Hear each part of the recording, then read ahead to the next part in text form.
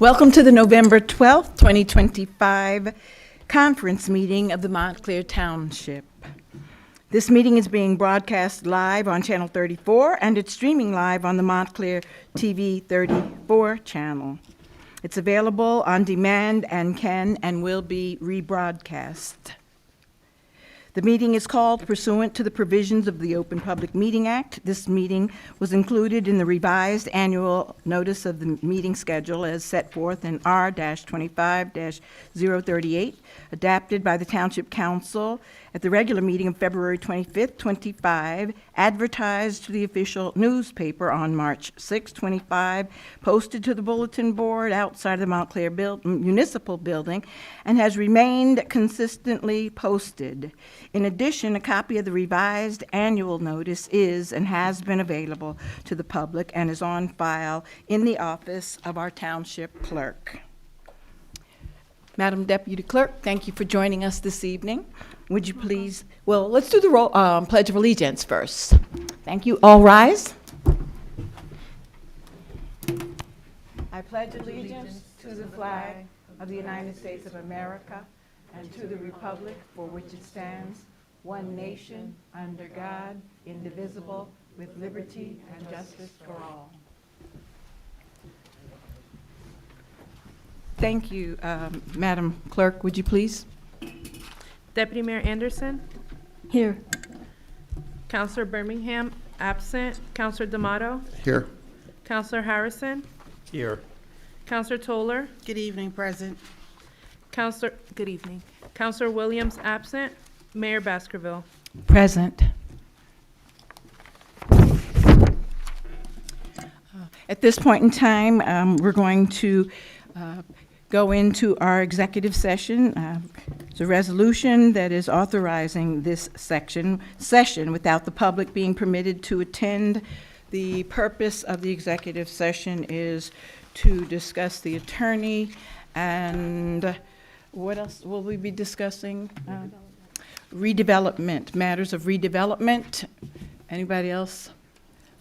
Anything else, manager, that you know of? Those are the two things that we expect to be talking about, and we are going to try very hard to adjourn from the executive session and be here close to 7 p.m. So thank you for those of us who are going to return and join us for the regular meeting at 7. Motion to adjourn into executive session. Second. All in favor? Aye. Aye. Any opposed? Abstain. Thank you.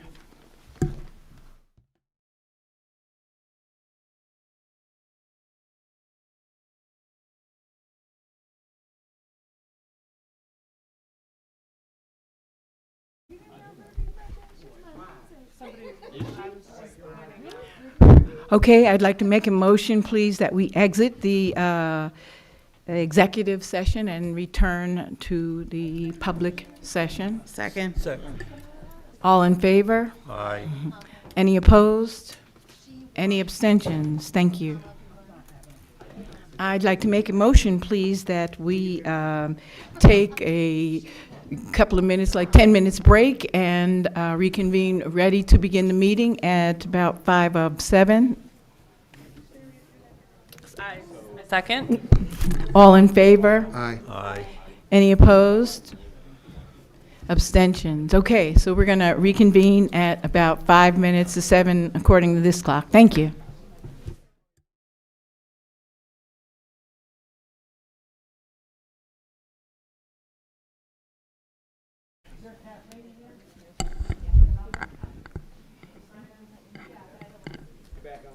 Thank you.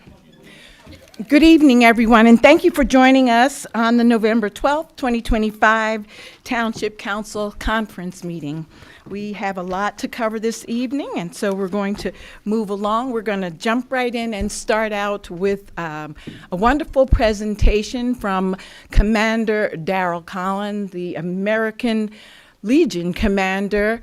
He was actually expecting to speak yesterday at the beautiful Veterans Day celebration that the township hosted, and it was not on the agenda. And so he's going to share about 5 minutes with us. And so, Commander Collins.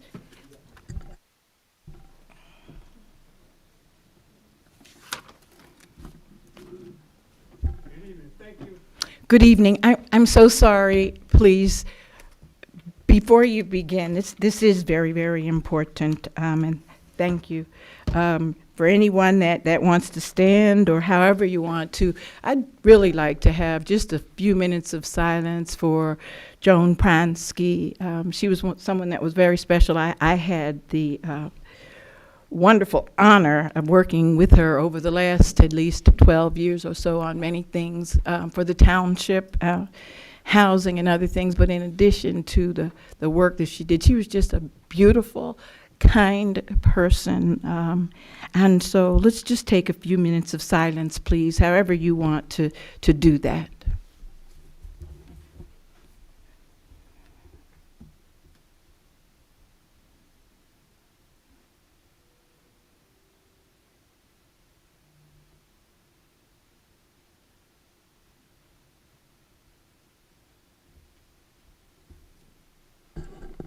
Thank you, and my condolences to the family and close people. I know many of you out here had the honor of also knowing Joan Pransky, so may she rest in peace. Okay. Thank you, Commander. Thank you. Good evening. Good evening. Thank you, Mayor, for allowing me to say a few words about Veterans Day. I was looking forward to speaking yesterday, but this is good, just as good. Got a good crowd here. Besides, More people it's a today, little bit right, than warmer, too. yesterday. Okay.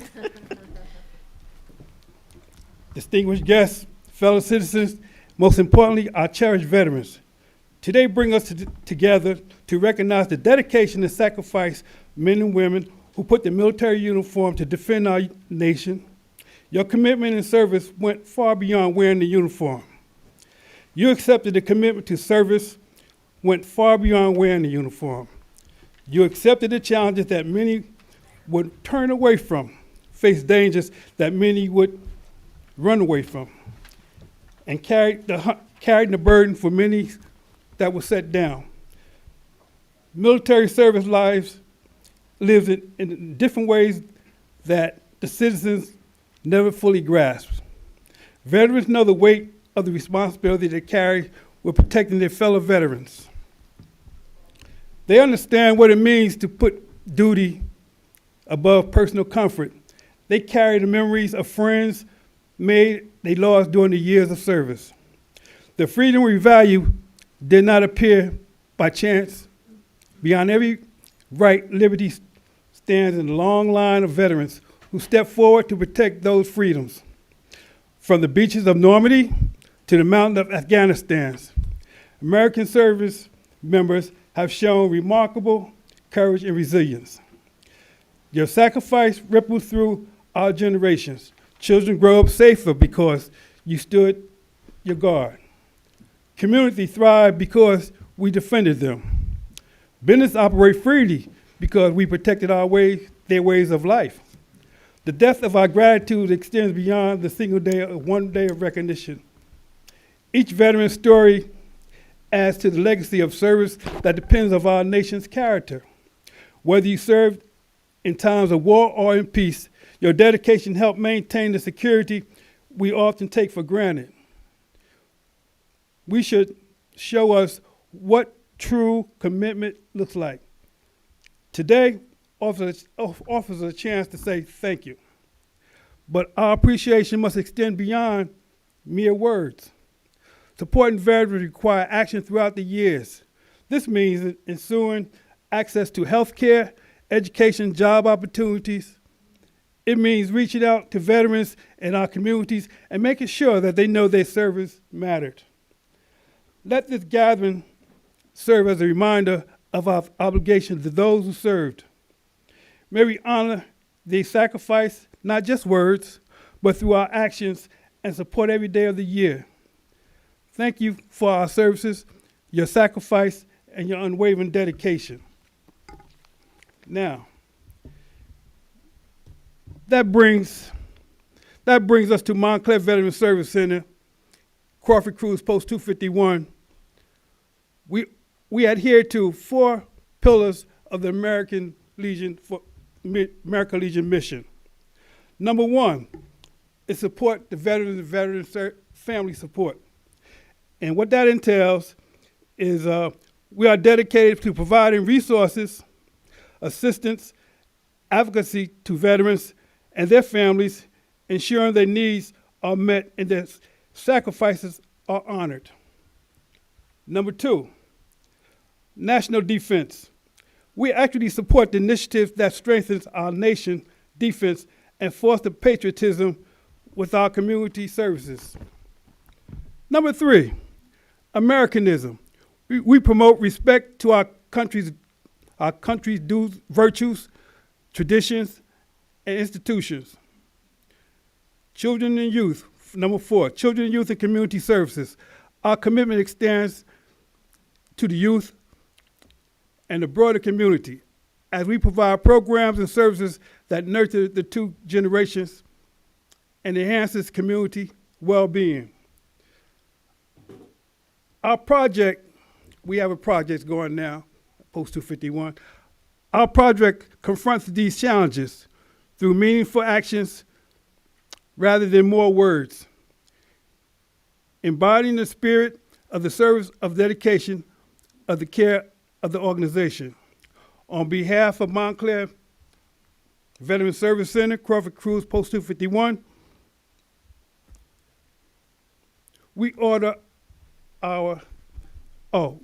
we extend our heart gratitude and the Montclair communities.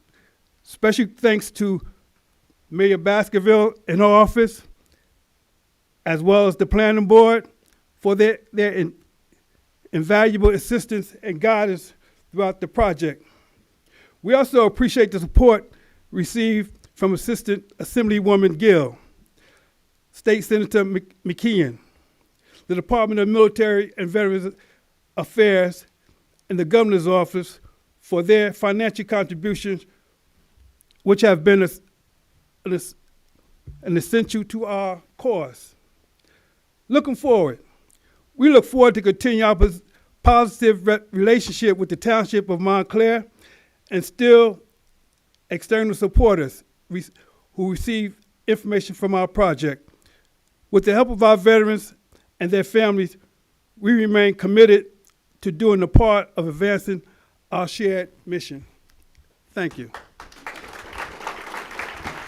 Thank you.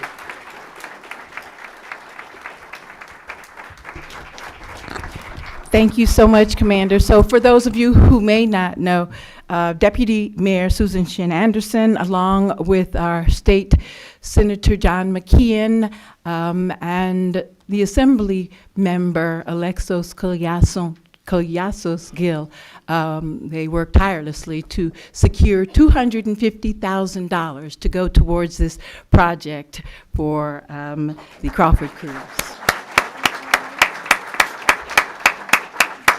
Okay, so moving right along, let's go on to some proclamations. Is Pastor Kay here? Yes, I see you. Okay, we're going to start with the, we have a wonderful proclamation for the St. Mark's United Methodist Church. Will you all please come forward? Anyone that's here to receive this proclamation or stand with St. Mark's United Methodist, please do so at this time.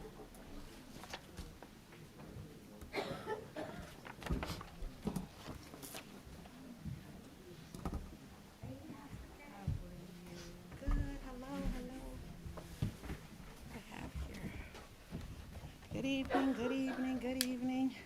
Y'all can come in close. We don't bite. Y'all can come in close. Yes, come on. How are you? Good, good, good. Here she is. How are you, Pastor? You guys are doing some great things over there at the Mark. Yes, yes. So thank you all for being with us tonight. This proclamation reads, whereas St. Mark's United Methodist Church was founded in 1880, officially opening its doors on November 14th of the same year. As Montclair's oldest African-American congregation, it has served as the cornerstone of the town's black community for over 145 years. Just 15 years after the Civil War, a devoted group of 25 men and women organized the congregation, initially worshiping in a vacant white Methodist sanctuary on Bloomfield Avenue. They named it St. Mark's Methodist Episcopal Church. From the outset, the church emphasized spiritual grounding, education, fellowship, establishing a Sunday school that remains central to its ministry today. And whereas in the following decades, St. Mark's steadily grew under the guidance of dedicated pastors and members, by 1899, the church supported community initiatives, including the Montclair's first YMCA for African American men and boys, as well as the Boy Scouts troop. Women played an essential role forming organizations such as the Women's Society, now known as the United Women in Faith, the Eureka and the Damirs Club, the Booster Clubs. These groups raised funds and helped sustain the church through challenging times during the Great Depression. And whereas in 1912, a member, Alice Huey Foster, who was also the first African-American student to graduate from Montclair High School, recognized the needs of women and children migrating from the South and helped establish the YMCA for African-American women and girls. This program offered job training, housing, education, social support, facilitating the transition for families settling in Montclair. Leadership during this time was made by the Reverend Frederick Handy, who became the pastor in 1915 and was later elected as the first president of the Montclair NAACP branch, highlighting St. Mark's expanding role in social justice and civic engagement. By the 1920s, the congregation had acquired land at Elm and Fulton Streets, aspiring to build a permanent home. However, the dream was postponed by a tragedy in 1947 when a fire destroyed the original sanctuary on Bloomfield Avenue. And for 2 years, those members worshiped at the Y Recreation Building while fundraising for a new church. 100 members co-signed a loan. A local craftsman contributed their skills to the project. Their collective efforts in the dedication of a new brick red building at 51 Elm Street in 1941, designated by architect A. Hensel Fink, with a canceled-centered interior that reflected Methodist values of preaching and communal worship. In the subsequent decade, St. Mark's further solidified its legacy of service under Reverend Ernest Light in 1988. The congregation helped establish Home Court, a nonprofit dedicated to affordable housing in Montclair. The church also collaborated in creating United Methodist Communities at Pine Ridge of Montclair, providing senior homes. The initiatives, along with food distribution through Tony's Kitchen, shelters through MESH, and the operation of the Freedom School for Children, have ensured that the church's mission remains rooted in both action and worship. Today, under the leadership of the Reverend Carlene Dubison, St. Mark's continues to embody resilience, justice, and inclusion. In 2024, the church was added to the New Jersey Black Heritage Trail, recognizing its significance in the African American history. That same year, it became the first Black church in Montclair and the Greater New Jersey Conference to rejoin the Reconciling Ministries Network, openly affirming LGBTQIA and individuals through fire and rebuilding, hardship and renewal. St. Mark's has steadfastly adhered to its founding vision, creating sacred space for generations and bearing witness to faith in action with confidence, courage, and hope. And therefore, the council and the mayor, the Township of Montclair, do hereby recognize and congratulate St. Mark's United Methodist Church on 145 years in the community. Woo! That was a lot.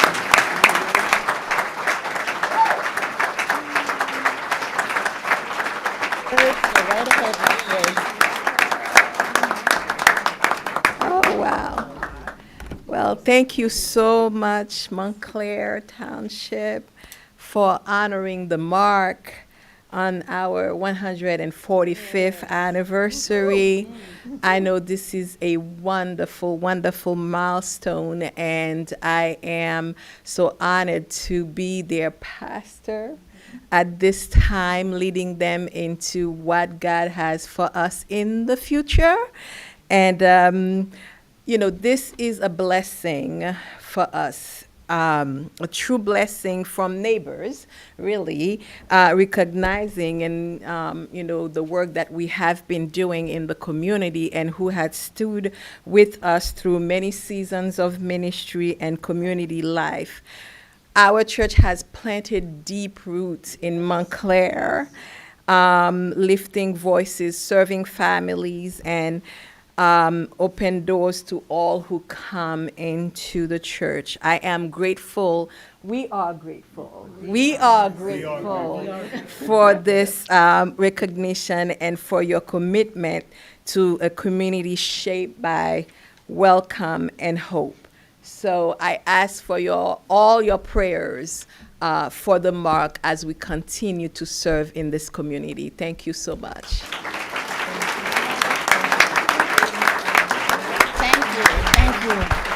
Okay, thank you so very much. We're going to move forward fairly rapidly. We have 7 proclamations, and so when we have a lot of proclamations, we're not going to read all of the proclamations because we have a lot on the agenda as well. So we will thank St. Mark's for coming, and the next up is our Deputy Mayor. Deputy Mayor will come forward and... I invite everyone to come and celebrate with us. We are celebrating every Sunday morning at 10 o'clock. So come and visit with us. Okay, we'll be there. Thank you. I'm honored to be able to participate with you. Okay.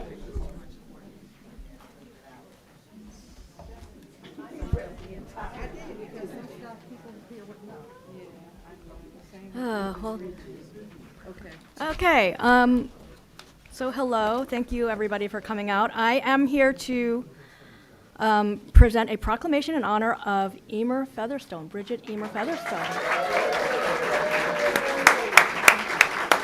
So anybody who would like to come up, please.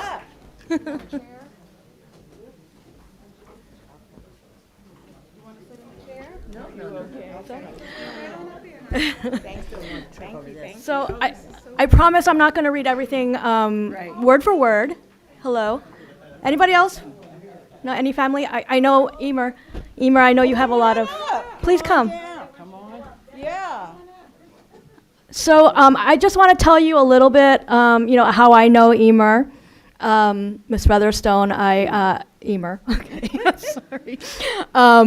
We met through St. Luke's Episcopal Church, and I just remember the first time I saw you sitting in the pews. And I immediately saw your face, and then I met you, and I said, I want to meet this lady. She, and just the way you look at somebody straight in the eyes, and just, you seemed like such a formidable person that I just had to talk to you, and I'm glad I did. And then sadly, I found out that you are leaving town after you moved here in 1959. So, Emer is moving to be closer to her family out of state in Connecticut. So I'm very pleased to be able to tell you a little bit about Emer and her history and why we are honoring here today. So if you don't know who Emer Featherstone is, she has been a very inspiring member of this community ever since she settled here in 1959. She hails from Dublin, Ireland. And in her professional life, she has served as a bookkeeper, a banker, accountant, CFO, needlepoint finisher, and most importantly, a devoted mother. For anyone who follows town things, you know that Emer has devoted her time, energy, and so much wisdom to many, many civic organizations and volunteer service, not limited to being the president of the Montclair Newark Junior League, president of the South End Daycare Center, president of day nurseries, treasurer of several agencies, including the United Way. Let's see, the list goes on and on. Partners for Health. Oh, and also, of course, dedicated supporter of the Montclair Foundation and Van Wyck House and Gardens for over 20 years.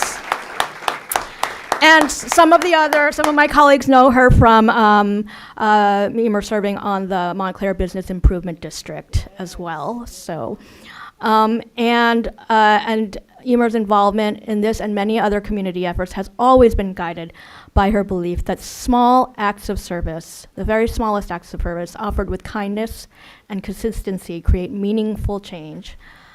Very true, and that you have been such a mentor and friend to so many people throughout the years and inspire younger volunteers to find joy and fulfillment in contributing to their memory. I also hear that you're an amazing gardener. which you try. yes, that you took on as a form of therapy after the loss of your husband, Richard. And so you're just, I just want to end this by saying that the Township of Montclair, we, the mayor and council, all of us, we sincerely extend our heartfelt appreciation for you and your service, your lifelong commitment to service and volunteerism, for everything that you have contributed to Montclair. And I'm going to end this by quoting you, which, it says in her own words, Emer Featherstone's guiding mantra continues to inspire us all, which is, I try to learn something new every day. Thank you so much.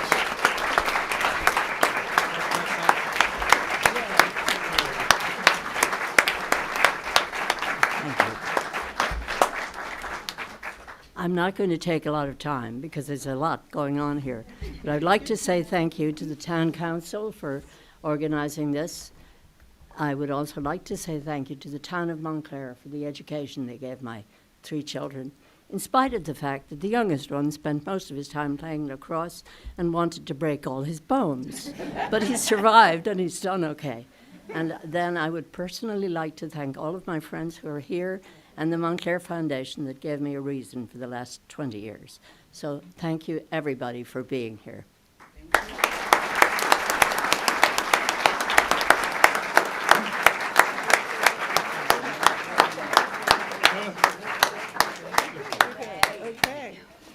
Okay, thank you so much. Next up, it is my honor to call Joanne McCollough down. Joanne McCollough, are you? Yes, I see that you're here. Thank you.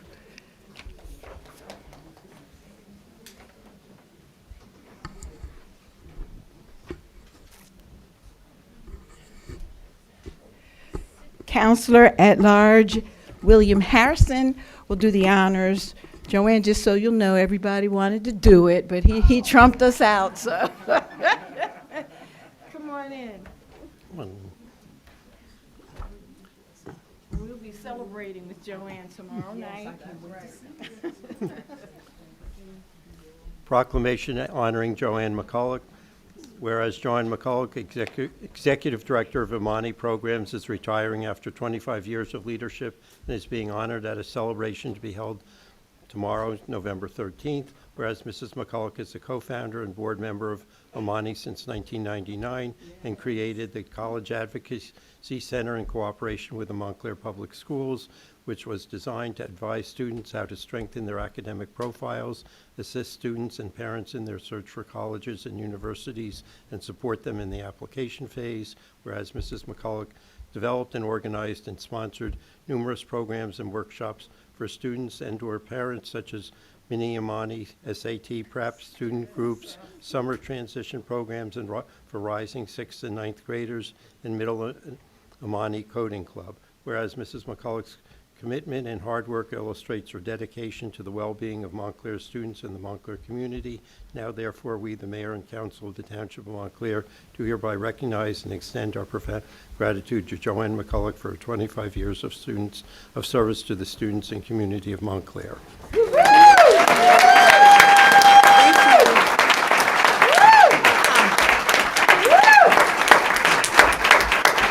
Thank you all. Thank you all. And thank you, Mr. Harrison. Being the newest member of the Township Council, I just want to say you're not new to me. And we welcome you to your new post. Thank you. So, to the Township of Montclair, thank you so much for acknowledging the work of Imani for 25 years. You know, I reached this milestone without really realizing that I was here. It kind of stumbled upon me because I was having so much fun, you know, doing the work that I feel like I was born to do.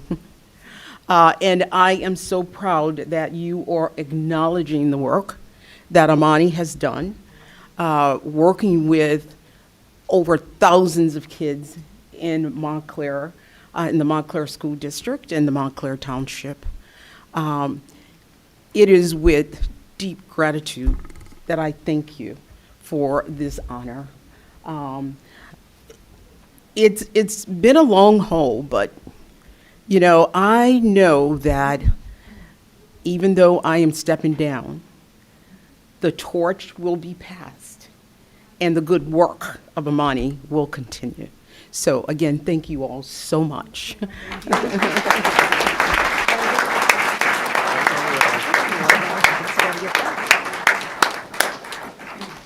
Thank you. Okay, next up, we have a proclamation declaring Ruby Bridges Day. Is there anyone here from Charles H. Bullock School or anyone here? Oh, I see you in the back. Come on down. Oh, what an honor to have you with us. Wow.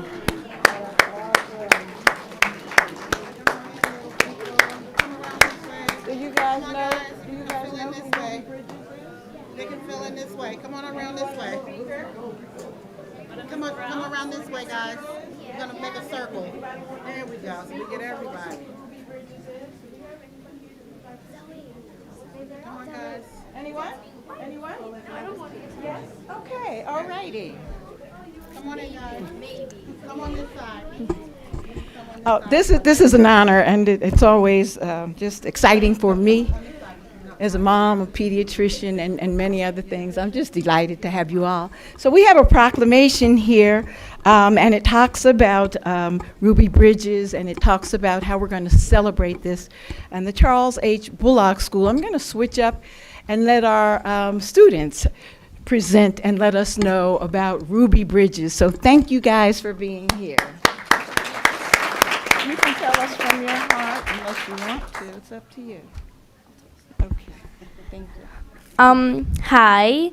So you probably all know who Ruby Bridges is. She was a young girl who was one of the first black students in the history of the U.S. to integrate into a previously all-white school. She faced a lot of racism and hatred. She even had to be escorted to school by federal marshals. But she didn't give up, even though everyone was leaving her school. And but she showed bravery, and she fought in a very, very You're doing great. inspiring, yes, inspiring way against racism and hatred. Yes, she did. Thank you. Thank you. And anyone else here want to share anything or tell anyone something? If you'd like to, feel free to. If not, we're just happy to have you. Yes, no? Okay, so as we heard who Ruby Bridges is, and so as she mentioned, the marshal had to escort her back and forth to school for a long time. Ms. Bridges went on to graduate from a desegregated high school, and she became a travel agent. She married and raised a family. Ms. Bridges also wrote several books about her experiences as a child, and she received the Carter G. Woodson Book Award for her work. The Charles H. Bullock School has decided that they want to remember, reflect, and celebrate the contributions, and even to let us see some of the things that are happening right here, right now in 2025 that may need some attention, because we've been here before. We've seen what it's like when people feel as though they're not welcome. And so I am so proud of you as students. And Ruby Bridges has asserted that racism is a grown-up disease and we must stop using our children to spread it. I love that. We honor Ruby Bridges and all who continue to stand up for justice, inclusion, equal rights in our community and beyond. On November 14th, students, staff, and teachers at participating schools will honor Ms. Bridges and the courage she carried to walk through the doors of William Frantz Elementary School in 1960, gathering before school began. And families are asked to line up on November 14th and go through the school while teachers, staff, and families welcome the students with words of love and encouragement to start that day.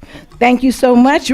Myself, as mayor of the township, and our entire council, we'd like to declare that November 14th is Ruby Bridges Day, and we'd like to encourage everyone to participate in the walk to school. Thank you so much. Thank you, guys. Okay, we have one more person that would just like to add something. Thank you, I appreciate that. Yes. My teacher and me also wanted to thank her teacher, the only teacher in the school who wanted to teach the black student, Barbara Henry. Woo-hoo! All right. Anybody else? Anybody? And something? And nothing? This is great. I'm so proud of you all. Well, she showed really good bravery and acceptance, even though she was getting threatened to get really hurt, and people were throwing food at her. But she still powered through, and her teacher, the teacher still taught her, even though everyone else had left. And after that, she got fired the year later, but she still got paid for the thing she did. Well said. Power through. I like that. Power through. Okay, this is the final call. Final call. I like the powered through. That's a great expression. I'm gonna have to use that. Apparently, the teacher, after she was the only one who taught the Ruby Bridges, people avoided her. When she walked through the park, they would go into the opposite things. They would avoid her, and she said it was the loneliest year of her life. Woo! Excellent. Okay. Thank you so much. Oh, you okay? Yeah. Okay. I had to say one more thing. She was facing all these threats, and she showed bravery, but I just wanted to add she did this while she was only 6 years old. 6 years old. Woo! All right. Okay. That's it. Good. Thank you guys for coming, and thank you for what you're doing. I'm coming to your school on Friday to participate with you. Thank you. All right, okay. You want to say something? Come on, one more, Mayor. Go ahead. Okay, oh, I'm so sorry. Go ahead. Go ahead, baby doll. Go ahead. I also wanted to add that Ruby Bridges inspired other people because her test was really hard, and she inspired other people that it's possible to do things that are really hard. Yes, inspiration. Here, I'm going to give this to you. Make sure your teacher and everybody has it. Thank you. Thank you, guys. All right. Oh, I'm so sorry. Okay, so I think we are down to the turkey ride. I know there's some people. There are people here, please. Turkey ride and we'll do the honors. Please come forward if you're here for the turkey ride. What? No, we're talking about just the college. Turkey ride. Oh, I made some. We have everybody? I think so. So they picked me because I had a turkey sandwich for lunch. Okay, So that's a good reason to pick you. Have you ever ridden with a frozen turkey on your back? I have not. Then you should come on Sunday the 23rd. Oh, you should. I heard that. I'm taking that as an open invitation. That is, yes. Okay. So everybody, we are going to read a proclamation. Well, I'm going to read a proclamation right now recognizing the Montclair Bikery's 13th annual turkey ride. I'm going to read some parts of this. Whereas the Human Needs Food Pantry located at 9 Label Street in Montclair has been serving our neighbors in need from Montclair, Bloomfield, Belleville, and almost every community in the Essex County for over 40 years. Whereas the Human Needs Food Pantry serves over 4,000 households annually and an estimated 30% more than last year as the number rises by approximately 130 households each month. The pantry, with the help of many volunteers, makes 250 food deliveries to the homebound clients weekly. Food costs are up 34% versus 2020.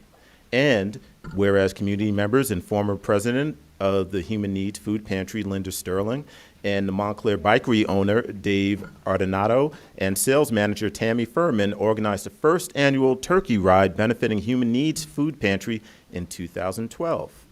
Whereas the continued success of the turkey ride is attributed to tireless dedication of Linda Sterling and Montclair Bikery. Together they gather sponsors, cyclists, and community member volunteers to make the holiday special for so many of our neighbors facing food insecurity. Whereas this year the turkey ride is expecting 400 cyclists to collect at least 1,400 turkeys. I'll do the math on that later. The cyclists will ride a route to King's Food Market at 650 Valley Road in Upper Montclair and return to HNFP with their purchased turkeys. Additional turkeys will be transported by volunteer trucks and cars to the refrigerated truck at the pantry for distribution on Sunday, November 23rd. Now, therefore, we, the mayor and council of the Township of Montclair, do hereby recognize Linda Sterling and the Montclair Bikery and appreciate their dedication to assisting those in need.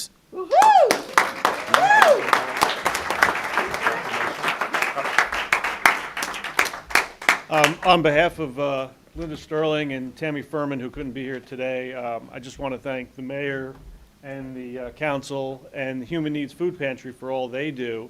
You know, for us, it started out as something fun, and we thought we could give back to the community. And then, quite frankly, Linda, with the help of Tammy, took the reins and started getting donations in addition to the turkeys. So there was a cash donation to the Human Needs Food Pantry that grew exponentially over the years, which, frankly, this little ride we didn't realize would be so important to the community. I'm kind of overwhelmed by how much the turkey ride, the need that the turkey ride provides. It is kind of humbling to know that so many people out there in our community need this food, and if I could say, we're grateful to be a part of helping, helping that need. Thank you. Do you want to say something? The Human Needs Food Pantry is a treasure in Montclair. So much of the community comes out to support it with food, with financial support. It gets no money from state or federal government. And you're all reading the news, you see the SNAP benefits being cut. The need is even greater than ever. Our 13th annual turkey ride is Sunday, November 23rd, so a week from this Sunday. If you have never ridden a bike with a frozen turkey on your back in a backpack, you have not lived. So I encourage anybody that has any kind of bike, put some air in the tires, come out and meet us at the Bikery on Valley Road at 9 a.m. We start to ride at 10. It's hysterical. We take over the streets. Everybody's cheering and laughing. But when we get with the frozen turkeys to the food pantry on Label Street, the clients are lined up down the road, waiting for their bags of groceries for Thanksgiving. This is one of the events that really combines the mission with the institution, and there is no better feeling than seeing those people in need, knowing that they're going to get bags of groceries so they too can have a happy Thanksgiving.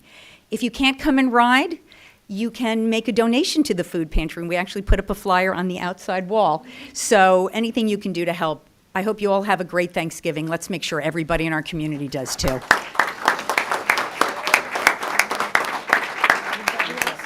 Thank you so much. I appreciate it. Thank you so very much.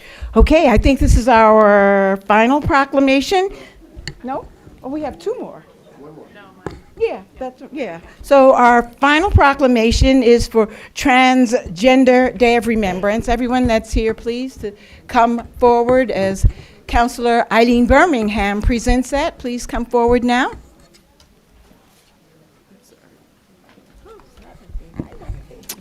Hi.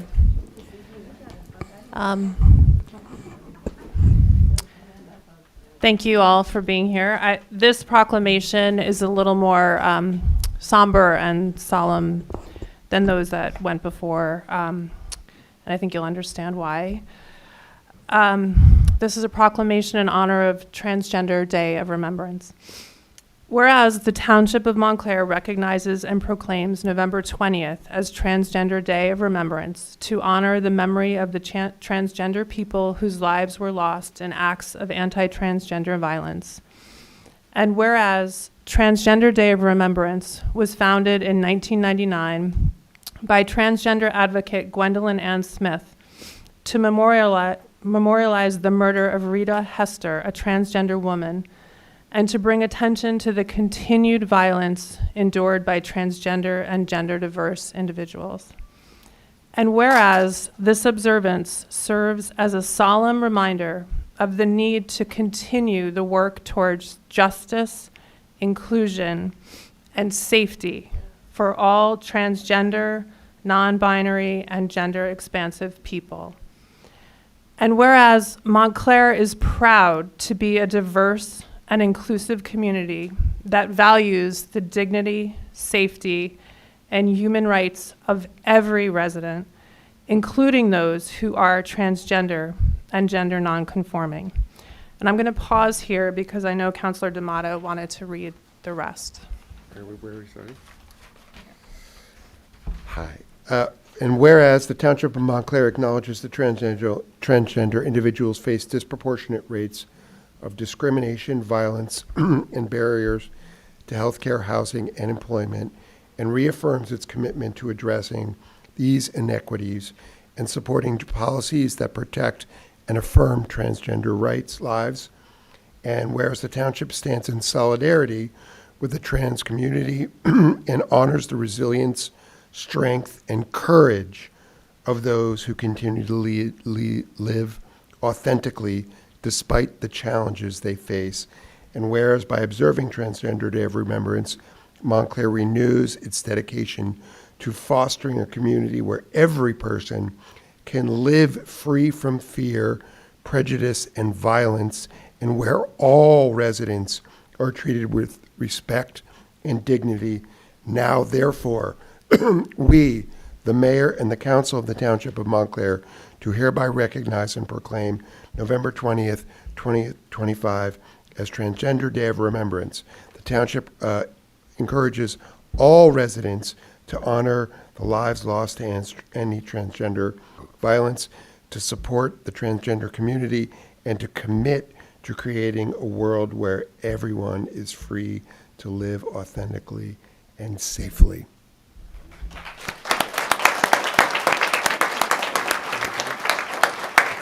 I was just reaching over you.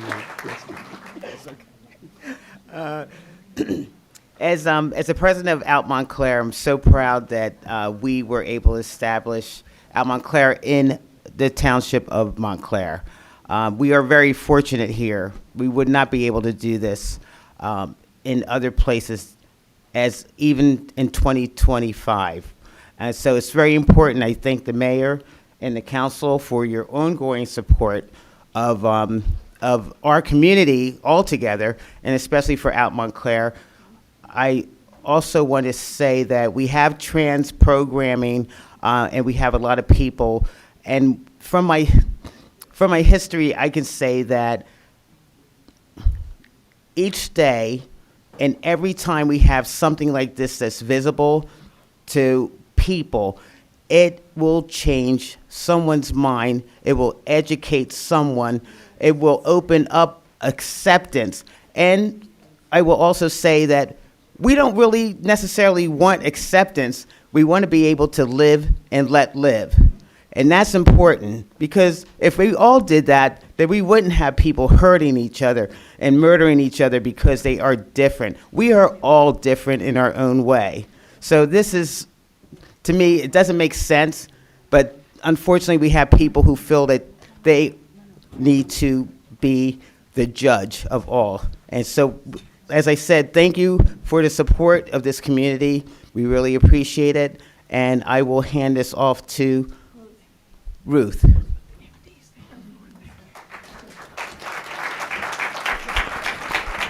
Hi, I don't know if you can hear me. I am the parent of a transgender adult with a number of other moms, trans moms, including someone here if you want to come and say anything. We are trying to make the world a safer place for our kids and for everybody's kids.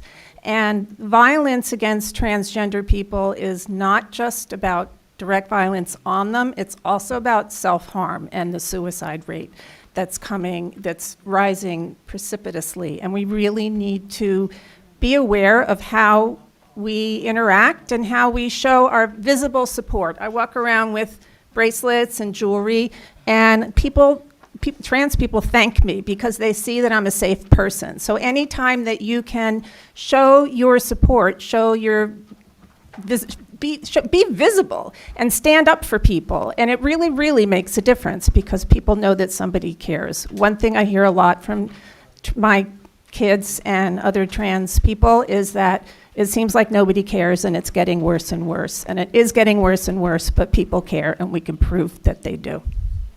Thank you.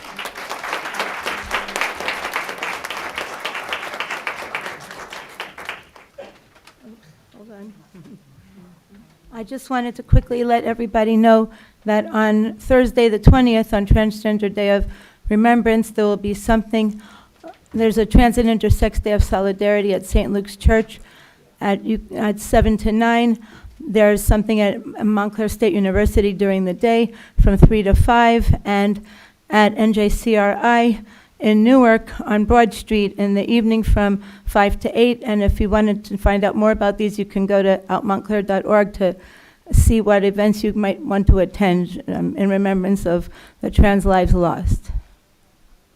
And one more thing, please pass the resolution for the Immigrant Trust Act.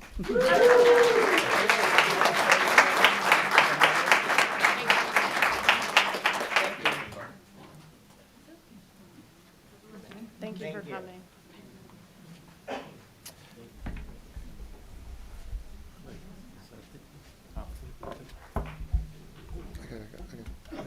I got it. Thank you very much. Thank you.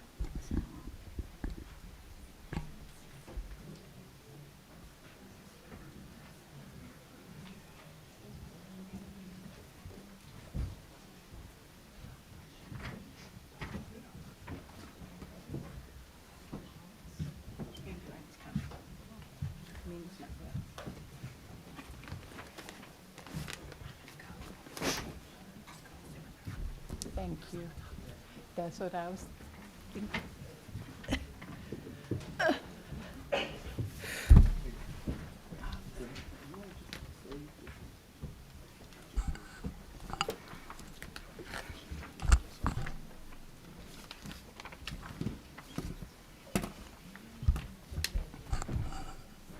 Okay, that brings us up to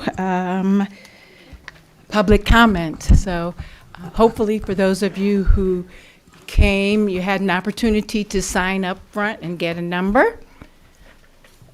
And we'd like to invite our first guest forward, please. Good evening. My name is Jose German Gomez. I have been a Montclair resident for the past 25 years. Most of you know me and know my work. I have dedicated more than 50 years of my life protecting the environment ecosystem to use native plants, vegetable gardening, and the creation of wildlife habitats.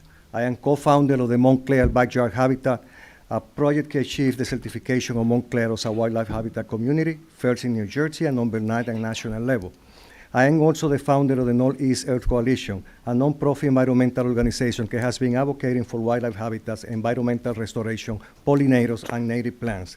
We are responsible for the certification of Montclair as a monarch butterflies USA city, a Montclair pathway town, and recently a Bee City USA. I am also a member of the Essex County Environmental Commission. I am here tonight to support the resolution to assess the New Jersey Environmental Department grant to survey the deer population. I strongly support the deer survey grant acceptance for obvious reasons. First, we cannot ignore that we do have a deer problem in New Jersey, and our beloved town is not exempt from this issue. Knowing about the real magnitude of the deer population in town will help us make a wiser and responsible decision about the strategy that we need to set up when making public policies. The survey will be beneficial for both sides, local animal rights activists and environmental activists. Deer are decimating our forests. They are eating the native seedling and risking the health of our forests to the point of extinction of tree species and other wildlife. We all need to protect the forest to preserve animal habitats and to preserve our own existence.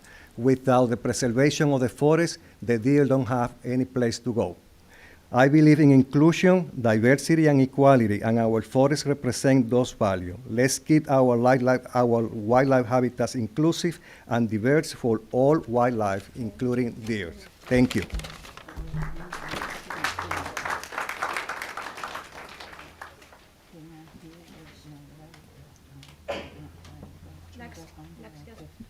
Please.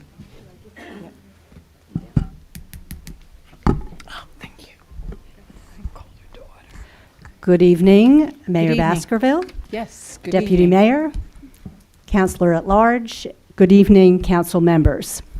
My name is Laura Kenny. First, I'm pleased after urging you last month to include the Immigrant Trust Act on this month's agenda, you have done so. Thank you. You're welcome. As I mentioned at the last council meeting, my family has lived here in Montclair for 30 years, as have many of the members of our organization, Montclair Indivisible, some of whom are here tonight. Yes. We have come out again tonight to urge you to pass the Immigrant Trust Act resolution. The Immigrant Trust Act is critical to ensure that members of our community, as well as immigrants who work here and provide valuable services that we all rely on, can live their lives without fear that every interaction they have, whether it's seeking health care or requesting help from our law enforcement, could lead to permanent separation from their loved ones through immigration detention and deportation. As the federal government continues to expand immigration detention and new threats advance over immigrant communities, the Immigrant Trust Act is more urgent than ever.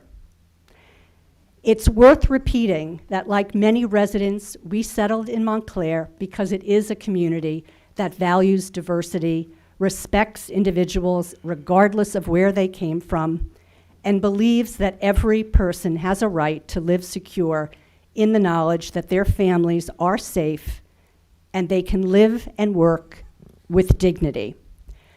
We urge you to move forward on this initiative, which has already been adopted by 19 towns, including Bloomfield, Jersey City, Madison, Maplewood, Morristown, Newark, Patterson, Princeton, South Orange, and Trenton, and 3 counties, including our own Essex County, Hudson, and Union.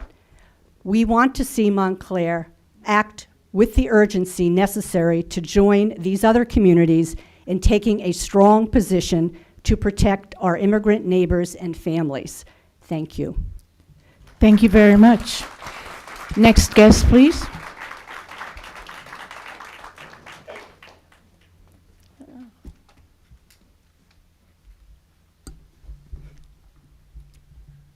Good evening, everyone. Good evening. Good evening, Madam Mayor. Good evening. Good to see you. My name is Serge Demefak. I would like to ask first if I can speak on behalf of an organization and also on behalf of myself. Am I allowed to do so? This means 6 minutes. I'm sorry, what is the question? What are you asking? You have 3 minutes to speak to us and address us? No, on behalf of one organization first. Yes. And also on my own behalf. Am I allowed to do so? Are there any laws stopping me from doing so? Is there other people with you? No. Okay, so we would like for you to try to do it in 3 minutes.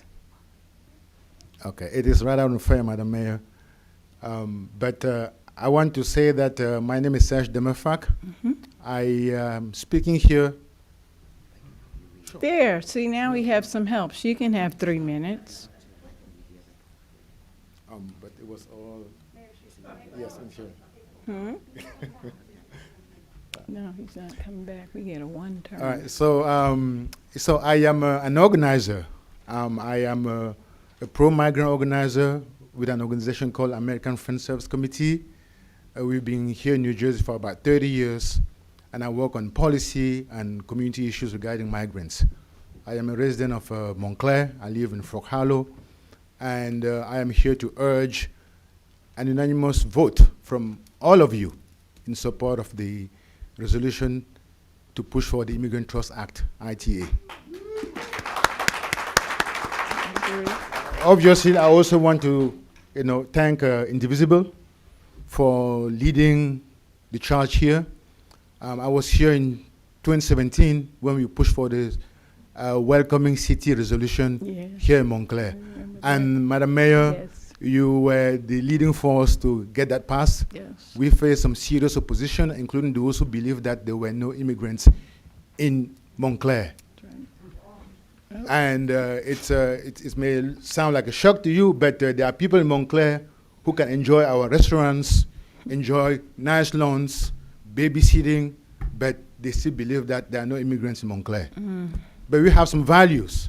And we saw a brave immigrant, Miss Emer, I'm sure she's not here anymore, who was here since 1959, show us what the face of migration looks like.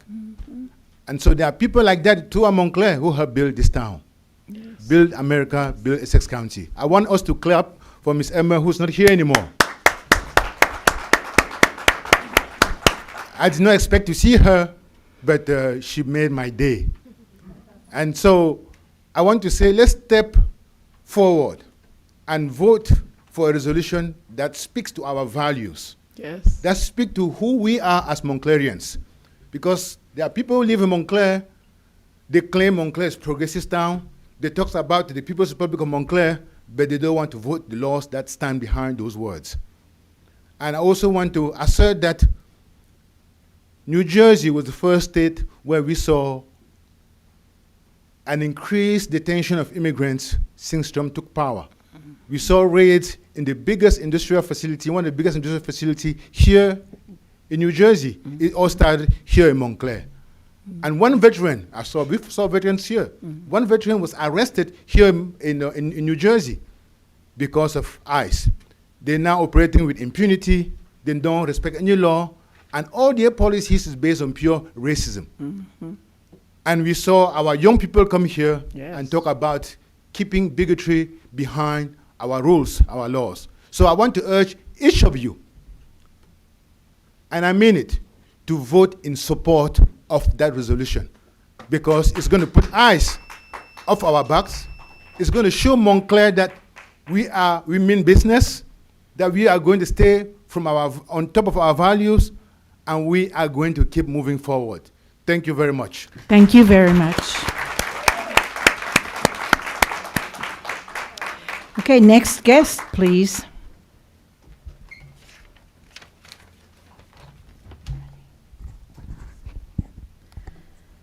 Good evening. My name is Maria Eva Dorigo. I'm a resident of Montclair. I'm not alone. We are a group of Montclair residents who care about all of our neighbors. We are here because we want the resolution in support of the Immigration Trust Act passed today. It took us 3 attempts for this council. It took 3 attempts for this council to add this item to the agenda. Thank you. Why was not added before? We heard things such as fear of losing federal money, federal funding, fear of retaliation. Really? What about the fear of losing your family, or the fear of being brutalized by ICE, or the fear of being in detention under inhumane conditions, or the fear of the deportation?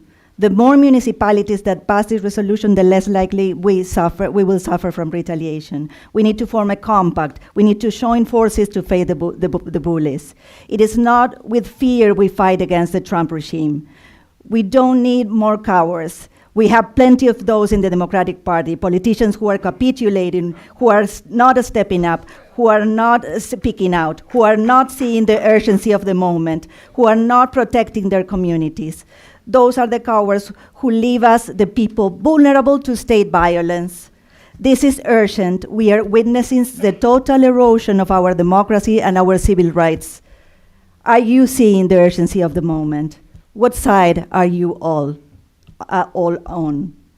I want to finish by reading the testimony of Manny Chavez, a 16-year-old high school student who spoke during a meeting like this in his township, Hillsboro, Oregon, wiping his tears while talking. I'm scared for my parents to walk out there, to walk out of their house, because I might not be able to say goodbye to them if they go to work. I might not ever be able to say bye or see them again. I'm scared because of it, because of they fought so hard to come here and choose a life for their kids. I'm scared that everyone who I love, I'm not going to be able to see them again.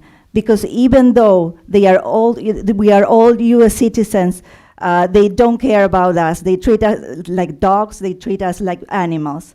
I repeat my question. What side are you all on? Thank you. Thank you. Next guest, please.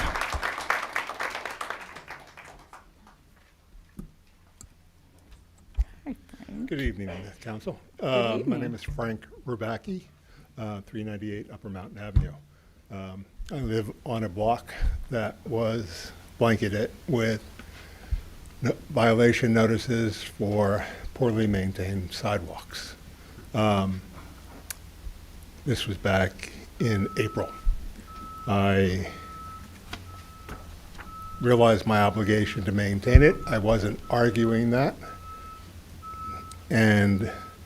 But I did send a message to several council members, to yourself, the township manager, and sort of other people, that this was going to become a problem and that you needed to get ahead of it.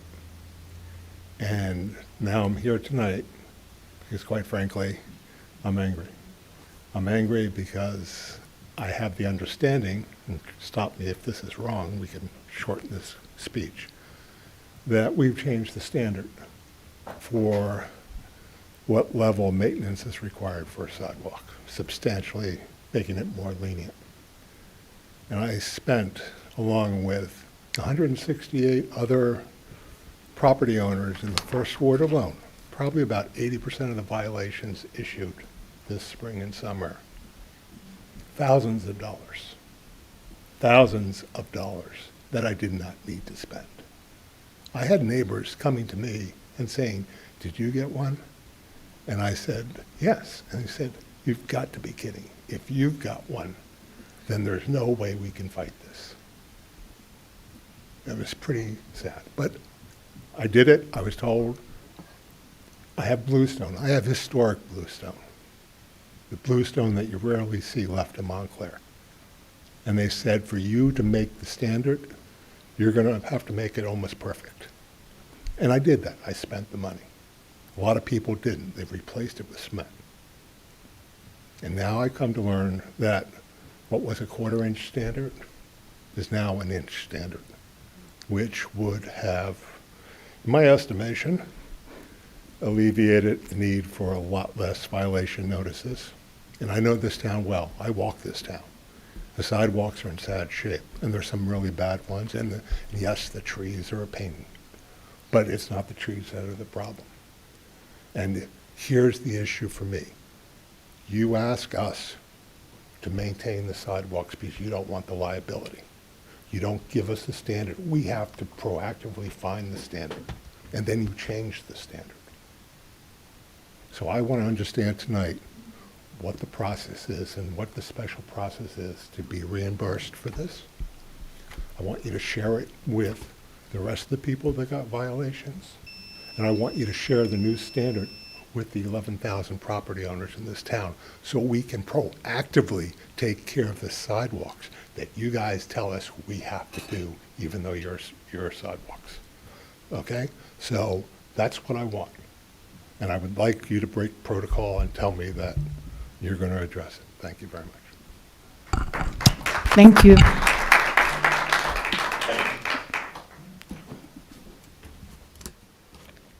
Next guest, please.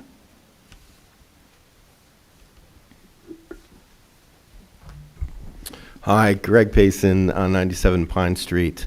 I'm here tonight to speak in favor of and encourage the council to vote for the Immigrant Trust Act resolution. I'm glad after we got through this process and the third time's a charm. I hope we can have a unanimous vote.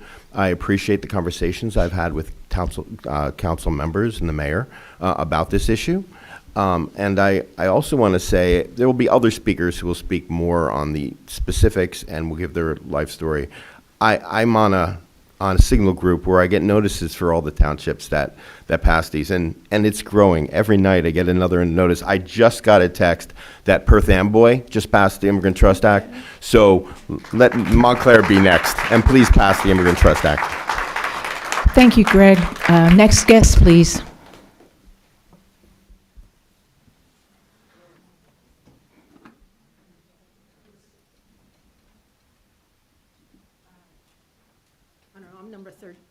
I'm number 13. I don't know if I'm next. I think like 7, 8. Yeah. Tony Martin, 41 North Fullerton Avenue. Please pass the Immigrant Trust Act. It's the right thing to do. I have another matter. Montclair lost a giant last month. I'm still feeling the loss personally. Joan Pransky, a remarkable, brilliant warrior for justice and equity, particularly in the field of affordable housing and tenant rights, left us abruptly. And I know y'all know that, but I think we're going to feel that loss greatly in the coming years of your service. So, given that, I am going to ask you to please consider appointing the full membership of the Rent Control Board, which Joan fought so hard to establish in this community. We have never been at full strength. The last time you considered making an appointment, you got off in a disagreement among counselors that led to inaction on many appointments, including this one. I am the tenant representative. I am one of 2 to the Rent Control Board. It is now dominated by landlords, and that's not to say that we're not doing justice, because sometimes I vote with the landlord. Sometimes a landlord will vote with me.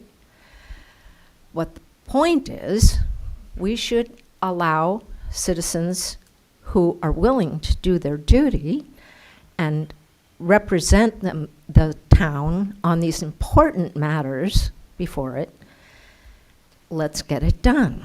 I have recommended someone. Amina Toller presented her to you. It's hard to find someone who's willing to put in the effort. You have to really learn what the ordinance is about in order to interpret it and be fair to landlords and tenants. This is important stuff. We have a case right now pending before the Superior Court. If only Joan had been here to hear that ruling. So please, please do this. Thank you. Thank you. Next guest, please.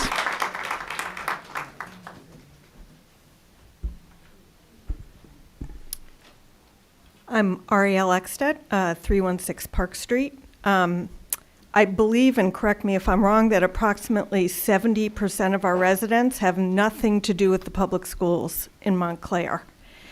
And I personally would have assumed the opposite.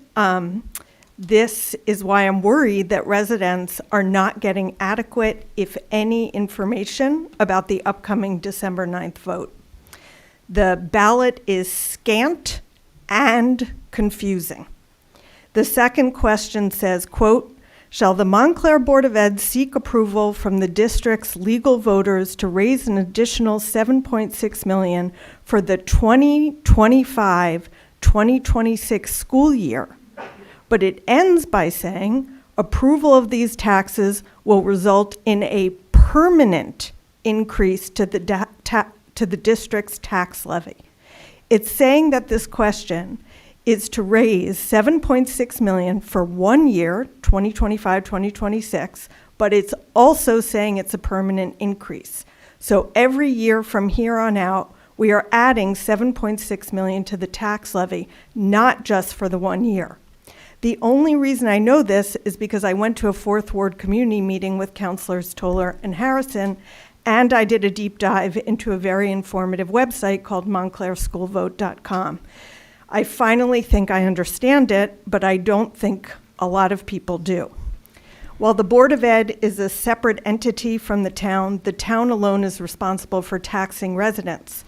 The town has yet to issue information regarding how much on average a homeowner will be expected to pay if a yes on question 1 and/or 2 pass. Fortunately, the local is doing excellent coverage, but we need the town to educate its residents, not just on what these questions mean and how much we can expect to pay, but also when we will be expected to pay. Question 1 is regarding the year 2024 or 25, but we are paying in 2026. Are we paying all at once? Is the payment broken up? This is a single issue election in an off month of an off year. My understanding is that our taxes will be going up by an additional 12.5% if people vote yes on both questions. That is almost $1,800 for the average assessed home value. The affordability of the town is at stake. The polls are only open from 4 to 8. The people getting the most information are the 30% who have kids in the schools. Please help all of our residents to understand what's on the ballot and what it will mean for them so that they can decide how to vote. And in the last seconds, I just want to say I really hope you pass the Immigrant Trust Act, and that I also really feel the loss of Joan Pransky. Thank you. Thank you very much. Next guest, please. If anybody has a number, just leave it here when you're here. Hi. Good evening, Con. Good evening. Good evening. My name is Ankur Jetli. I'm the president of Montclair Emergency Service for Hope. As many of you know, Montclair Emergency Service for Hope, or MESH, was created over 25 years ago in response to a Montclair resident who froze to death on a park bench on a very cold winter night. Last season, with your support and with the support of St. Mark's, we were able to open our overnight respite for the unhoused, and we were open for 110 days. The cost of the respite is about $1,200 a day to be open between staffing, security, insurance, cleaning, and rent. Understand the financial constraints of the town, but we do need your support to be open these frigid winter days. It seems that winter is starting earlier, and it's getting colder every year, and it is quite difficult for those who are unhoused. There had been concern potentially for those outside of Montclair coming in to be staying or causing issues. From those that we did see that were brought in by Essex County, none of them actually stayed in Montclair. Those people did leave after the fact, so that concern was not really validated from the information that we found. At this point, for Montclair to continue, what our request is for Montclair to continue to be listed as a Code Blue location so that we're able to get funding from Essex County that provides us with partial funding for each time we're open for Code Blue, and that will allow us to continue to be open and financially allow us to continue to be open. Thank you for your time. Thank you.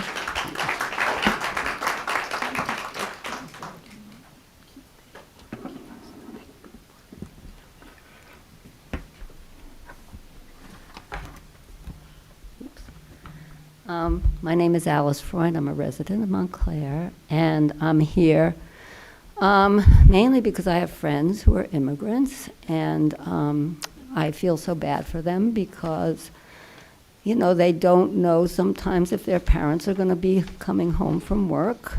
Sometimes their parents have to stay away from work when they hear rumors that ICE might be coming to their workplace. It's very horrible for people to have to live in fear like that. And that fear is spreading even beyond immigrants right now, because sometimes these people are just arrested so arbitrarily. And I know Montclair is a welcoming community, thank goodness. But political winds change. We almost had a Trump-related governor that could have just abolished all of our policies on immigration. So that's why we have to codify the state policies that already exist. We can't leave it up to an executive order or a policy or a department's policy. Like I know, I think the police department has adopted a policy. But these policies can change with the change in election. And I think we want people to understand that Montclair supports everybody's legal rights and doesn't support what ICE is doing illegally, totally illegally to people. So I hope you will support the letter to support the Immigrant Trust Act. Thank you very much. Next guest, please.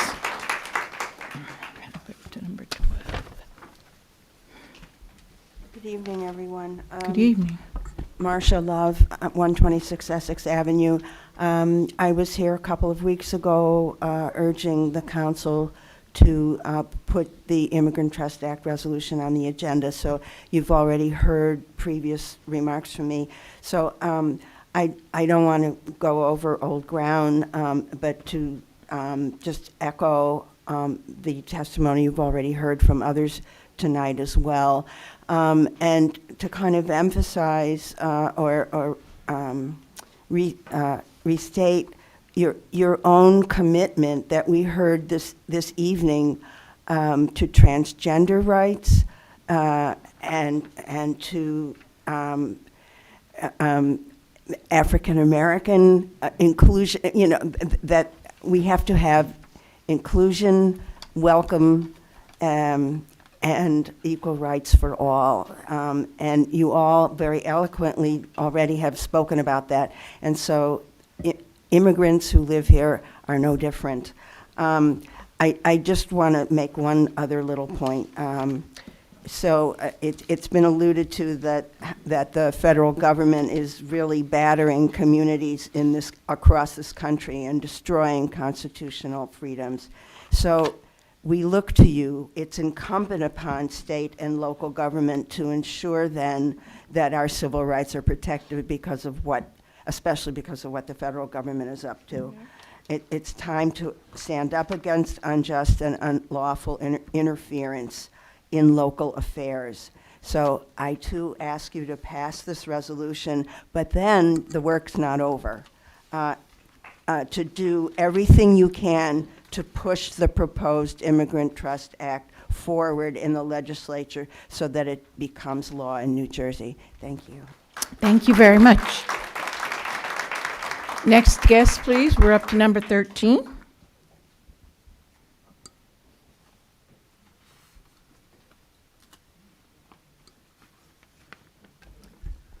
Good evening, Sarah Avery, Montclair resident. OTMA requires the council meeting agenda to be published within 48 hours of the meeting. Tonight's agenda was published less than 24 hours prior to the meeting. This is not adequate time for councilors or the public to review or be prepared to discuss. Tonight's meeting is a conference meeting, meaning that the resolutions presented are not meant to be voted upon, but for council discussion and public disclosure. Voting on these resolutions tonight prevents public participation, accountability, and transparency. It is disappointing that this council does not aspire to comply with these values of democracy. I'm happy that so many are getting recognition tonight, but fraud and corruption are getting worse and worse in Montclair, and nobody cares. Fraud is everywhere. Bribes are paid, funds are embezzled, investors are swindled, and home buyers are cheated. Fraud and corruption undermines democracy and creates inequity for those without power. Please plan to attend the Gentrification is Genocide rally, November 22nd, noon to 2 p.m., Church Street Plaza. Thank you. Thank you very much.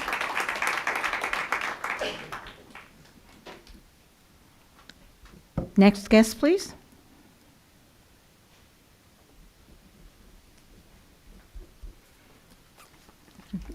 Hi, good evening. Good evening. So, good evening, Mayor, Council members, and community. I am Ahava Felicidad, first founder and president of the Tenants Organization of Montclair, the group that brought the historic rent control ordinance law to Montclair effective May 9 of 2022. I want to begin by honoring my late parents, Gerard and Mary Claremont, C-L-E-R-M-O-N-T, whose love, perseverance, and sense of justice continue to guide my work and my heart for this town. Daughter of an immigrant, granddaughter of an immigrant, Immigrant Trust Act. As someone deeply involved in tenant advocacy here in Montclair, I've seen both the progress we've made and the challenges that remain. There have been times when people have come into my place of business and challenged me directly about rent control, expressing anger or disbelief because they felt it might affect their bottom line. Some renters and landlords alike told me how they had grown up with very little, had to fight for everything they have, and therefore believed others should have to do the same, showing little empathy or compassion for our families or individuals who simply needed fair and stable housing. It was shocking to hear, but I stood in that. And I continue to stand and will teach others to stand with courage and conviction in the face of opposition. We've also faced moments of confusion and mistrust during outreach. People calling in and posing as renters, asking sensitive questions about rent control when they were actually property owners. That's why we now emphasize training for volunteers, proper screening for intake calls, and ensuring a second or third person is always present for transparency and safety. I was asked to speak about that in particular. Our volunteers are always passionate and committed, but we need to have continued training and support to navigate those types of moments with professionalism and compassion, especially when emotions or misinformation arise. Even with those challenges, we continue moving forward. We recently held another meet and greet on Sunday, and we're nearing completion of our recorded episodes for our Montclair Radio project that will be on Radio Free Montclair. A platform dedicated to housing awareness, community stories, and creative engagement. We're continuing to bring on featured guests, and we plan to release the show once all key interviews are complete. We'll soon launch a children's reading segment where kids can share stories about neighbors, family, and apartment living, nurturing empathy and community from a young age. We're also continuing to bring on featured guests and we'll release the show once all the interviews are complete. Through it all, the challenges, the rebuilding, the advocacy, we keep moving forward with faith, grace, and commitment to a Montclair where everyone has a place, a home, and a voice. Thank you for your time, and may our shared work continue to build understanding, fairness, and love right here in our town. Thank you so very much. Next guest, please. Hi,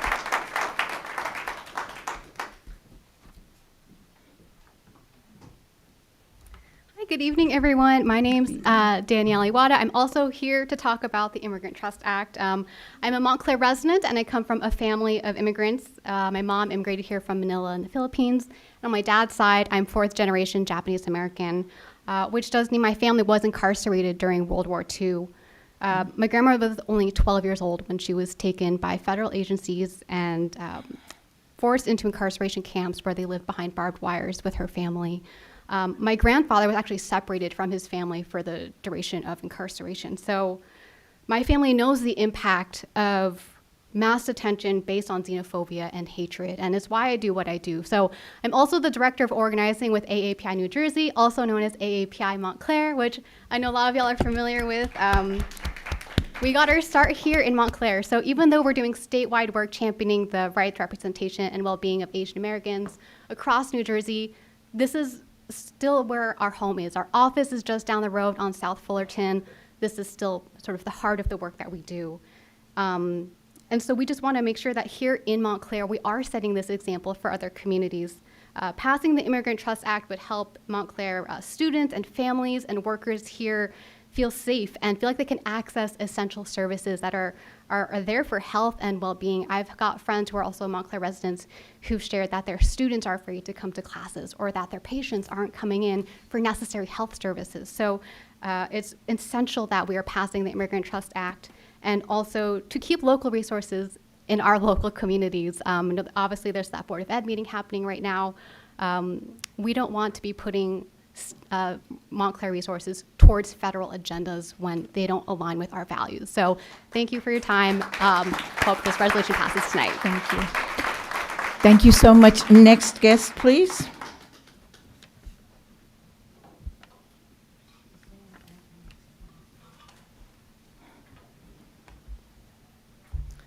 Hi, I'm Lauren Berman. In 2016, the City of Orange Township held an election where the voters were asked and overwhelmingly approved converting their school district from Type 1 to Type 2. The Orange Board of Education filed suit against the township to overturn the results of the election.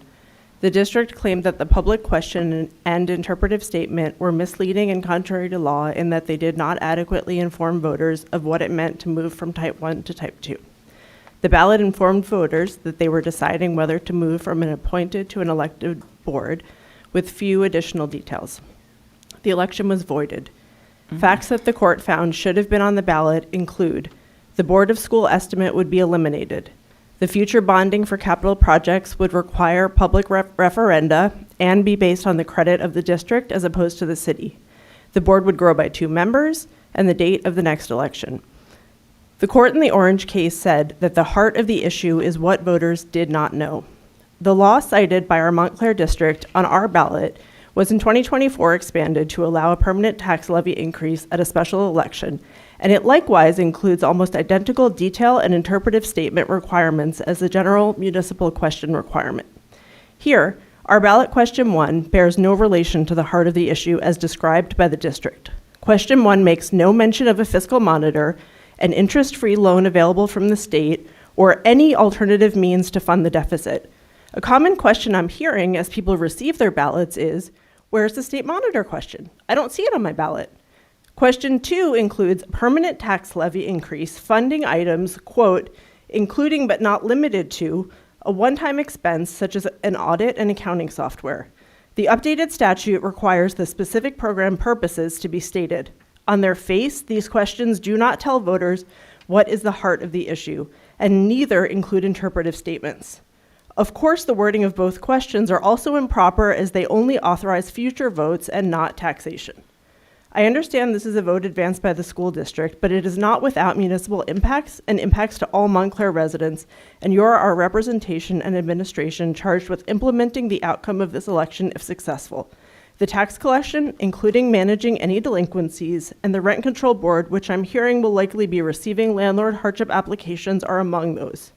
I'm asking you to engage on this issue to help your constituents manage through this problem before the community is further torn apart. Councillor Harrison, you became a local celebrity as we watched your comments meeting after meeting about the failures of the district to follow legal processes. Councillor D'Amato, you led the township in a momentous change in our district type in the name of democracy. Nothing about a ballot that voters can't interpret is either democratic nor legally valid. I believe the township has standing. Please at least start the necessary conversations here. Next guest, please.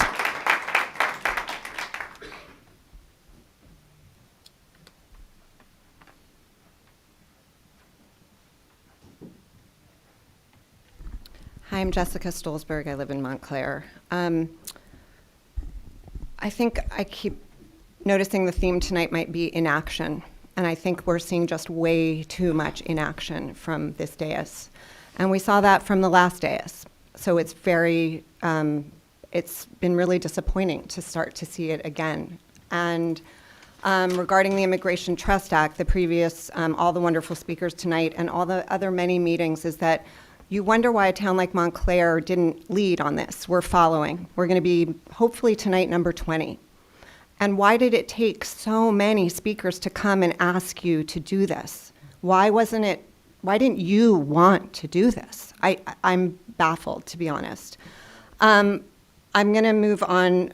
Believe it or not, I'm going to tie together the tree ordinance that we still haven't seen in 2 years, the $1 million phenomenal grant that was secured for us by our environmental coordinator, Dr. Lisa Johnson, and the sidewalk issue that came up by an earlier speaker tonight. We have been talking about protecting the shade tree canopy of this community since I was on the Environmental Commission in 2015. It has not changed, improved, nothing new is on the books that really gets us where we're supposed to be. New Jersey is the fastest warming state in the Northeast. We need to protect our trees. We will need shade more and more, not less. And now we hear, because of the sidewalk issue, that grant money got slowed about which trees were going to be planted as the curb strip trees because they had to figure out the sidewalk issue first, which means we delayed getting trees in the ground when we had $1 million it's at our fingertips to spend, but it was slowed by this issue. And then tonight to learn that you guys changed the rule from 1/4 inch to 1 inch, is that correct? Does anyone know? Is that not true? You can comment afterwards, but you talked about the issue of the sidewalk having to do with ADA compliance. There are so many sidewalks across this community that are not ADA compliant, and you know it. You walk across them. Do you want our community to be ADA compliant or not? If it's only up to the homeowners and they can't afford it, and the only way that people are forced to repair a non-ADA compliant is if somebody else essentially rats them out. I know sidewalks that are horrific, but if I reach out to you and tell you where it is, I know I'm socking them with thousands of dollars, maybe $10,000, that they have no choice but to pay. I don't want to do that to my neighbors. We need leadership from you. And now tonight, I just want to mention, you have on the books to spend almost $600,000 tonight on a log truck. Is that for the trees you're cutting down so they don't harm the sidewalks that you want people to be responsible for? And another for a new snowplow. I hope we need the new snowplow because there's not a lot of snow these days because of climate change, but a log truck. Please tell me, why does Montclair need a $300,000 log truck? Think about all the sidewalks you could instead repair in this town and make us ADA compliant. Do we need ADA compliance, or do we need a log truck that perhaps could be rented? How many trees are we taking down every day that we need a log truck? I don't get it. Please answer. Thank you. Thank you. Next guest, please. What I have is not as important as some of these other issues, but it's totally within your power to solve. So let's try that. I'm Bob Shapiro. Hello, how are you? October 28th, I paid my property tax at 12:52 p.m. Same session, I paid my water utility at 12:56 p.m. Same account, same session.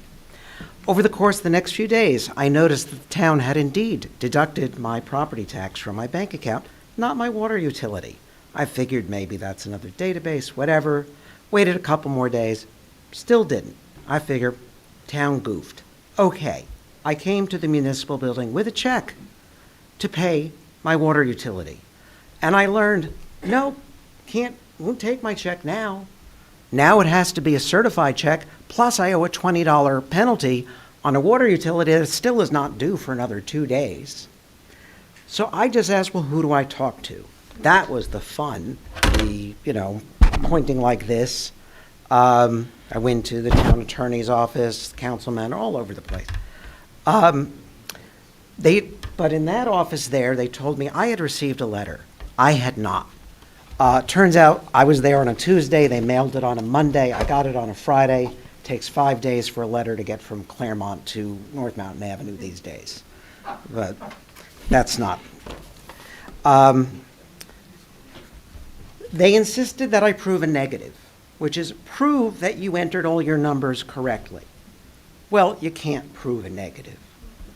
I do know that you have to enter your routing number and your account numbers twice. They have to match or the system kicks it back. The system didn't kick it back. System sent me this saying, thank you for your payment, just as it had done with my property tax payment. I have a receipt. In a commercial matter, that's where it ends. You walk out of ShopRite with a receipt and they run after you and they go, oh, we undercharged you for the bottle of Tide. Too bad. You have a receipt. Now, you might want to pay them anyway, but, you know, legally, that's what it is. Legally, words have a meaning. In commercial speech, and I used to design payment system websites, when you say thank you for your payment, it doesn't matter if there is small print, which doesn't contradict it anyway, but even if it did, if it contradicts the plain meaning of what's in large print, it's void. So I looked at the law you have. Also, it is far more likely this is a transmission error. Really, this shouldn't matter. Where did it occur? From my fingertips to my keyboard? Probably not, because I would have had to enter the, plus it automatically fills, so I wouldn't even type a wrong digit. From my computer to your computer, with my computer being at fault, maybe. But much more likely, there are points of inflection, more points of inflection on your side. You have to receive it. You have to transmit it to make sure that it matches. You have to send me the receipt. Then you have to transmit that to an ACH system, which is totally outside of your control. Many more points of inflection. What went wrong? I don't know. A bit of humidity, an electron jumped across a chip when it shouldn't. Things like that happen. But also, to keep telling me to trace it, or that they would trace it, I said, go ahead, but that assumes a paper trail. They said we have an electronic paper trail. That's an oxymoron. That's why we vote with paper, because there is no such thing as an electronic paper trail. Plus, you know the technical term GIGO, garbage in, garbage out. If your system made a transmission error, then all you're ever going to find is the same error. And you're going to say, well, yeah, that's not, the numbers don't match. Thank you, Mr. Shapiro. When that buzzer goes off, that means your 3 minutes are up. I'm sure someone here can get to you at a later time, so thank you very much. If you would please handle that afterwards or speak with the manager. I can't handle it with anyone else. Okay, thank you for coming. Next guest, please. Thank you very much, because you have 3 errors with your law, and I would like to talk to the town attorney about it. Will you authorize that? Because the town attorney has not spoken to me. I would do that, and then I won't waste your time. Next guest, please.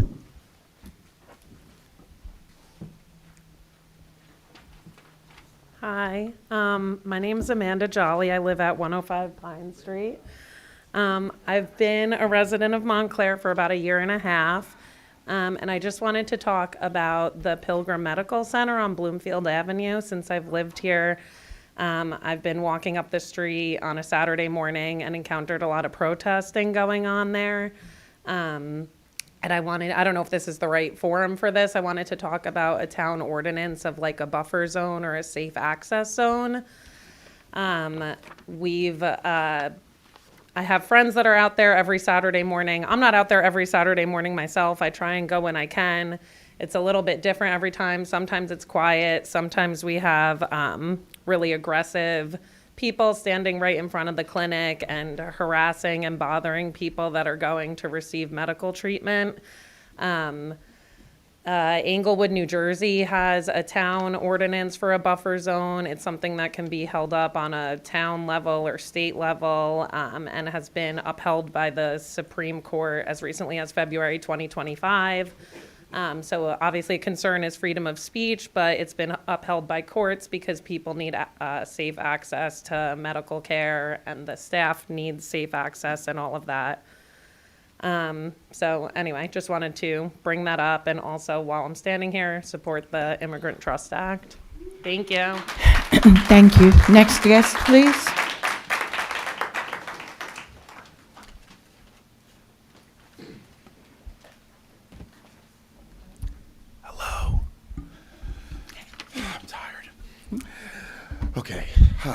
Mustafa. And yes, I am the producer and performer for the band's Last Waltz, which is happening this Saturday at Montclair Art Museum. And just like to happily say that we are 80% sold out to capacity, not including the band themselves. Thank you.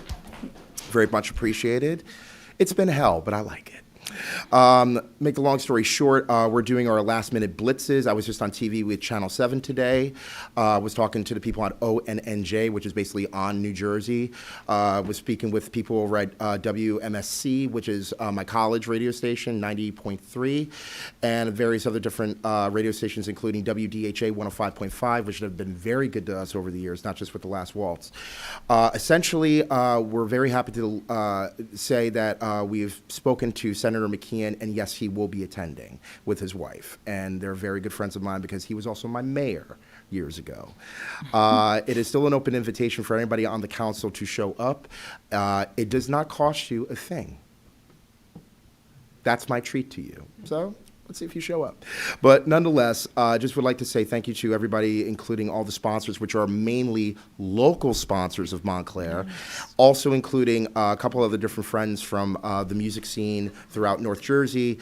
Just to give you a heads up on who will be participating, people like the Fabulous Flemtones, Billy Hector, Blues Hall of Famer, Dave Fields, Blues Hall of Famer, Mark Bowers, soon-to-be Hall of Famer. Yeah. We're not playing around, even though we're playing. But we do want to thank also all of our vendors as well, many of them also from the Montclair area as well as also North Jersey area. And this is definitely going to be a big turnout. We were trying to figure out a way to see if we can get Stephen Colbert to show up. Unfortunately, he is very busy, and his management as well. But nonetheless, we should have a lot more treats for you that are soon to be announced within the next couple hours or so. The marketing has been tremendous, not just on my point, but also on the people that have been helping me since day one. And that's not including this year for over the last couple years. And we're very excited because we do believe that we're going to be breaking even more records this year, because the last 2 years, even though we have broken records with band members and also with the money raised, we should be expecting more. Also, we're going to be having a live stream on Facebook. The only reason why we can't do it on YouTube is for copyright reasons. Of course, we don't want to have a shutdown of our live stream. But that's also another way for people to donate live and various other ways of communication. I would definitely like to thank everybody within the sound of my voice that have definitely been a part of it, including Greg Payson, including Montclair Mutual Aid, including various other different dignitaries that don't want to be mentioned. Hope to see you guys there. Thank you. Thank you very much. Next guest, please.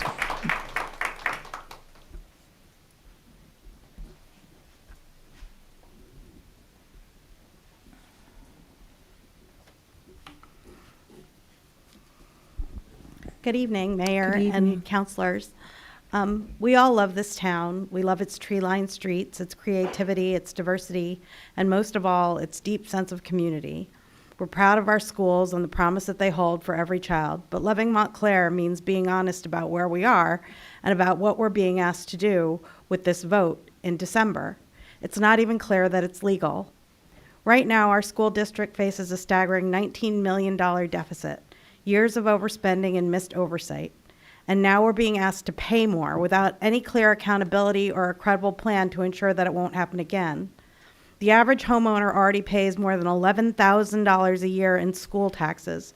Renters feel it more through higher rents. Seniors on fixed income are forced to choose between groceries and rising tax bills.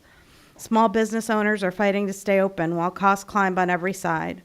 We're all part of this burden. We all deserve answers before being asked to pay more. Voting no on these ballot questions doesn't mean we don't support our schools. It means we support responsibility. It means we demand transparency, reform, and results before another dollar leaves our pockets. It means we're saying, fix what's broken first, then come back to us with a real plan that we can believe in. I know that some of you can and have changed this town for the better by doing the work that you do so well. Keep working hard to try and do great things for this town. We can have great schools and fiscal accountability. We can care deeply and demand better. Saying no isn't a rejection of our values, it's a reformation of them. It's a vote for smarter leadership and fairer management and a future built on trust, not just taxes. So on election day, if they do have this election, which they shouldn't, homeowners, renters, parents, seniors, small business owners, please send one clear message. We love Montclair too much to keep writing blank checks. Vote no on both questions because Montclair deserves responsibility, transparency, and leadership that's as strong as its people. Thank you. Thank you very much. Next guest, please.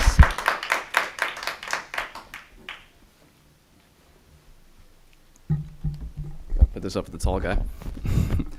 Good evening, Mayor. Good evening, Township of Montclair. My name is John. I'm speaking on behalf of Redeemer Church of Montclair. And I'm just fulfilling my little biblical mandate, which tells us in Proverbs 31:8 is to speak up for those who cannot speak up for themselves. I'm speaking and supporting the Immigration Trust Act. I am a mutt, which means is that like I'm mixed. My dad is white, my mom is black from the Caribbean, but her mother's Japanese, and then her grandmother's Dominican. Even my dad's family, on his father's side, is their great grandfather is President Andrew Jackson, but then also on the other side is Cherokee Indian. So I'm very mixed, and I'm very proud of that because it shows a reflection of our nation's heritage, of how that we came from various parts of the world. We all come together to build this great dream that we have. I would like to just propose an extension of the Immigration Trust Act, which is to help bring some transparency and some also some accountability to our law enforcement, particularly ICE, when they do their just duty, which is that what ICE I would love to propose the idea of we adopt some portions of the Pennsylvania No Secret Police Bill, which enforces much needed transparency and accountability to law enforcement, especially immigration officers. What they have in their bill that's very unique is that it bans law enforcement, particularly ICE agents, from wearing face masks during operations and will require them to clearly wear marked uniforms to identify their agency. What's happening in our country, it's within the Immigration Act of 1993. ICE is allowed to detain illegal immigrants. There's nothing in that law that states that requires them to wear a particular uniform. However, ever since 2004, there's been, I would say, an abuse of power. In Arizona, you had ICE agents disguise themselves as utility workers. In California, they disguise themselves as post office workers. And this has been so egregious that you even have, I don't know if you guys know about this, but in Philadelphia, not too far from us, you have people now impersonating ICE agents. There was a man in Philadelphia that he dressed himself as an ICE agent, went into automobile shop to rob some cars, and he zip-tied the woman that was running the shop. So there's a really serious abuse of power. And I'm glad that the city of Montclair is going forward with this Immigration Trust Act, but I think we should take a little step further, and that when ICE agents are doing their duty in New Jersey, that they need to identify themselves, they need clear marked uniforms. Not too long ago, we had some great police officers here not too long ago. They're in uniforms. They come out every day and dressed in uniforms, and I think ICE agents need to do that as well when they do their work. We need to protect our people. We need to protect those that are doing it just isn't. Thank you very, very much. Okay, have a good evening. Next guest, please.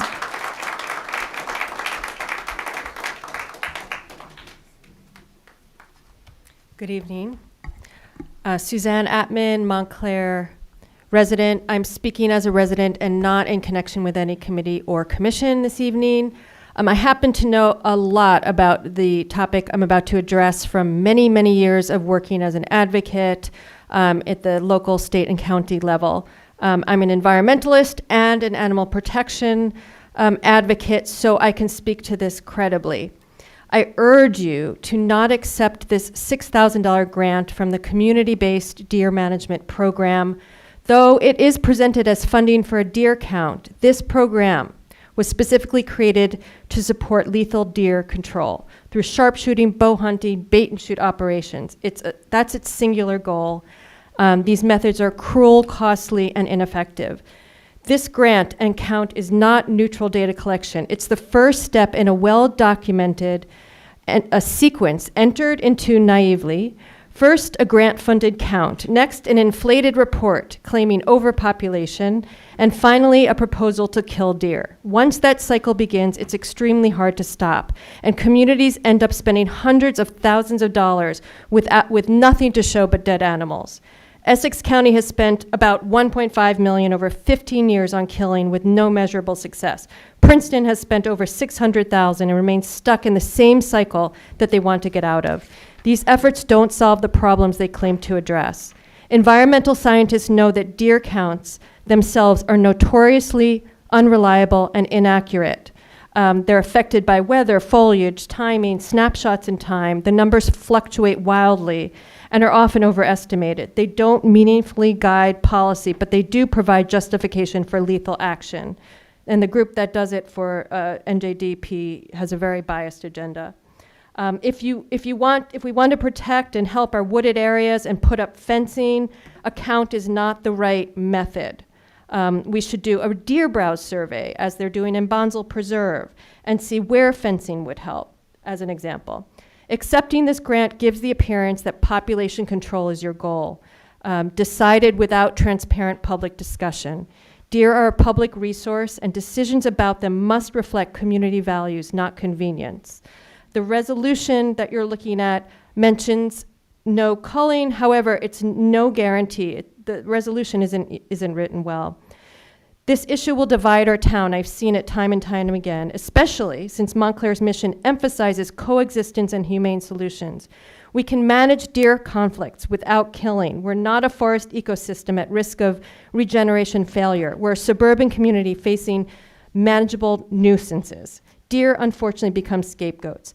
Let's focus on humane conflict management, not population management. Mayor, you were really helpful with that years ago with geese management shifting from... So please don't open the door. Let's get together. Let's look at the root issues. Let's come up with a plan and make sure we're making the right moves and not jump, to account. Thank you. Thank you. Yep. Next guest.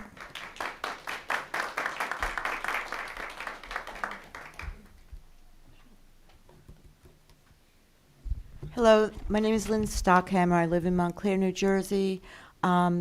Most of the people that have spoken tonight regarding the Immigrant Trust Act have done so better than I can and well, but I just wanted to thank the people that are watching back home and to thank the council and everybody on the dais for your time.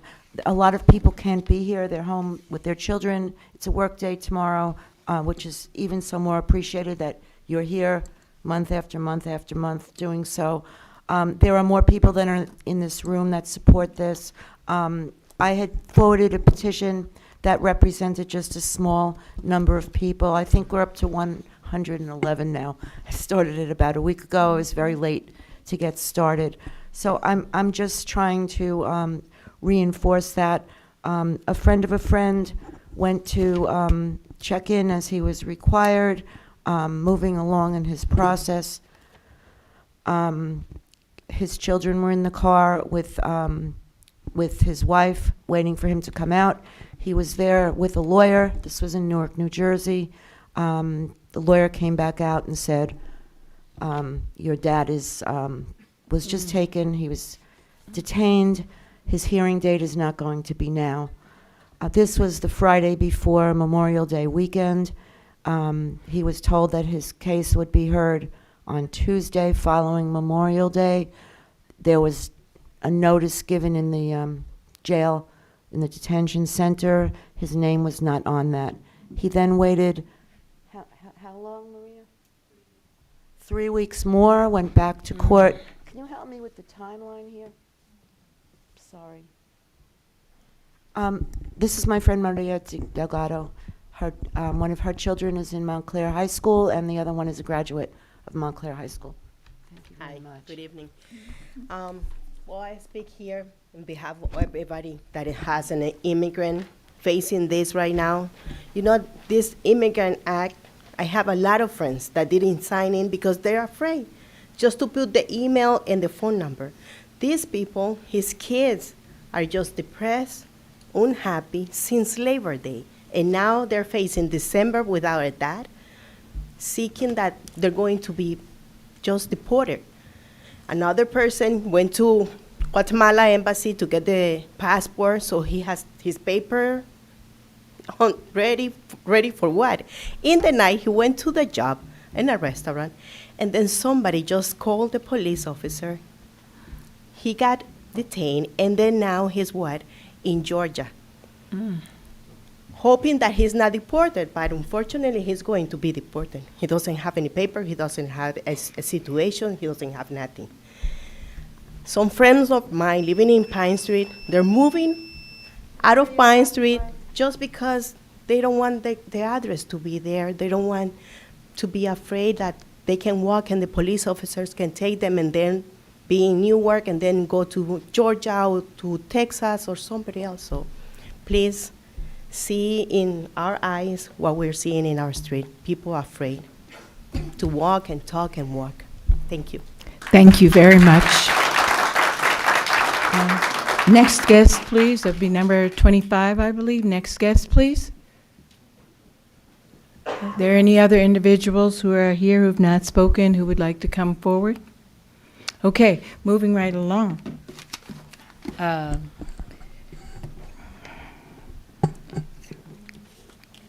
I'm going to ask that we pull a resolution authorizing the acceptance of the grant fund from the N.J.S.A Community-Based Deer Management Grant Program. I know that some of the council members wanted to have more information. How does the council feel with that? I'd second that. Yes. Okay. Councilor Birmingham and I would like that to happen. Councilor Excuse me, Williams. Mayor. Yes. So you want to remove item number 15. Do Yes. you want it to be put back on the next agenda, or you're just? Yes, please. Okay. Thank you. So it'll be on the 25th of November. 25th of November. Thank you. That'll give us enough time to get some information. Madam Clerk, thank you. I'd also like to ask if the Deputy Mayor would be so kind as to read the resolution supporting the passage of the New Jersey State Immigration Trust Act. I believe that the Deputy Mayor and Councilor Birmingham and all of us, many of us, wanted to have this on. And so I'm going to take this out of order because I know that a lot of you are here and would like to know the outcome of that vote. Thank you, Mayor.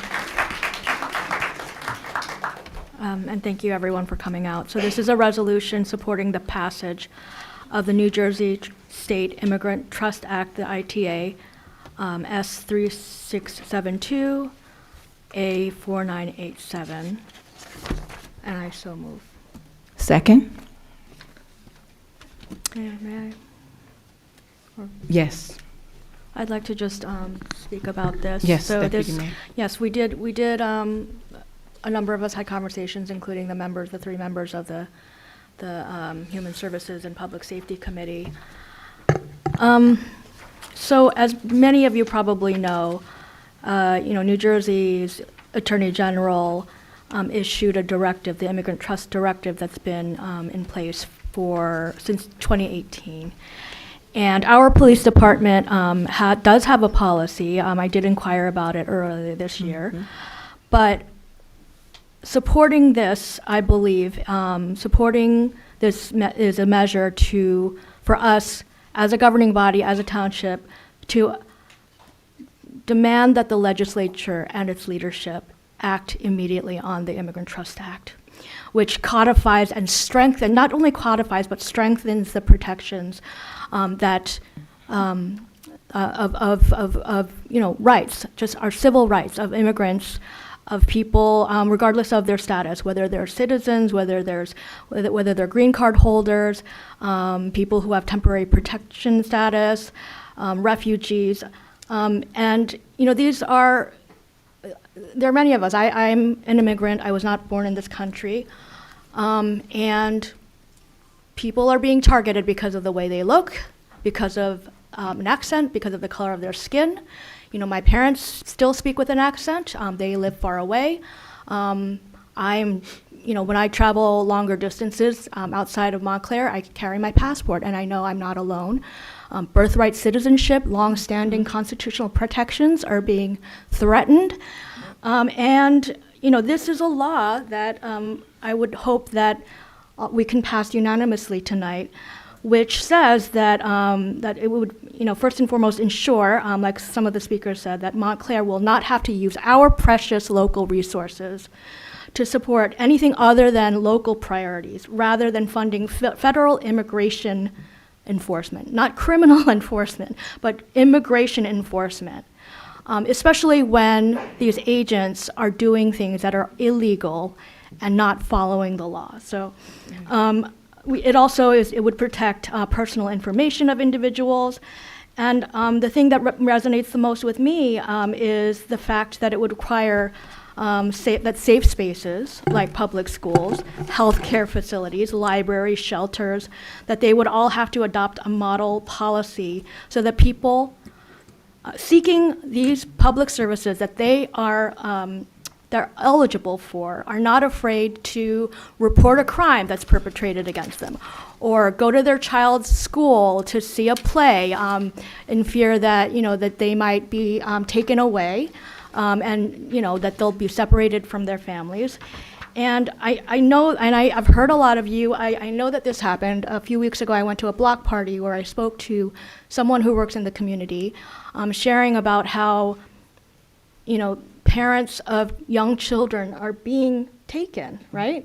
And we're living in a situation where families have to have plans and really document the plans for what happens if the parents are taken away and nobody is able to take care of their children. So I hope that we can send a strong message to the legislature that, you know, we're going to back up our words that and yes, we are a diverse and welcoming community, but we want the state legislature to act on this during the lame duck session and pass this law. So Thank you very much. Okay, Madam Clerk, can you do the roll call, please?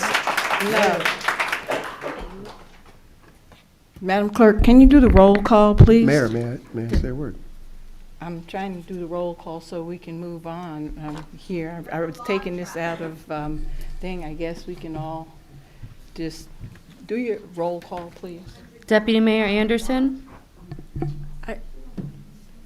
Really? Can you remove the log truck tonight?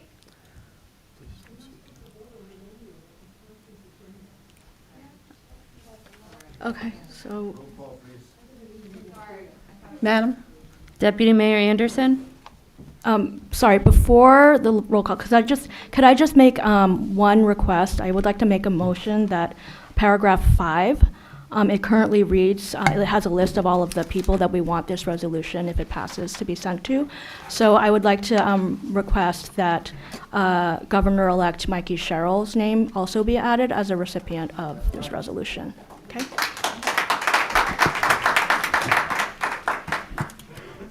Madam Clerk? Is there a second to that motion? Second. Are there any objections? Okay.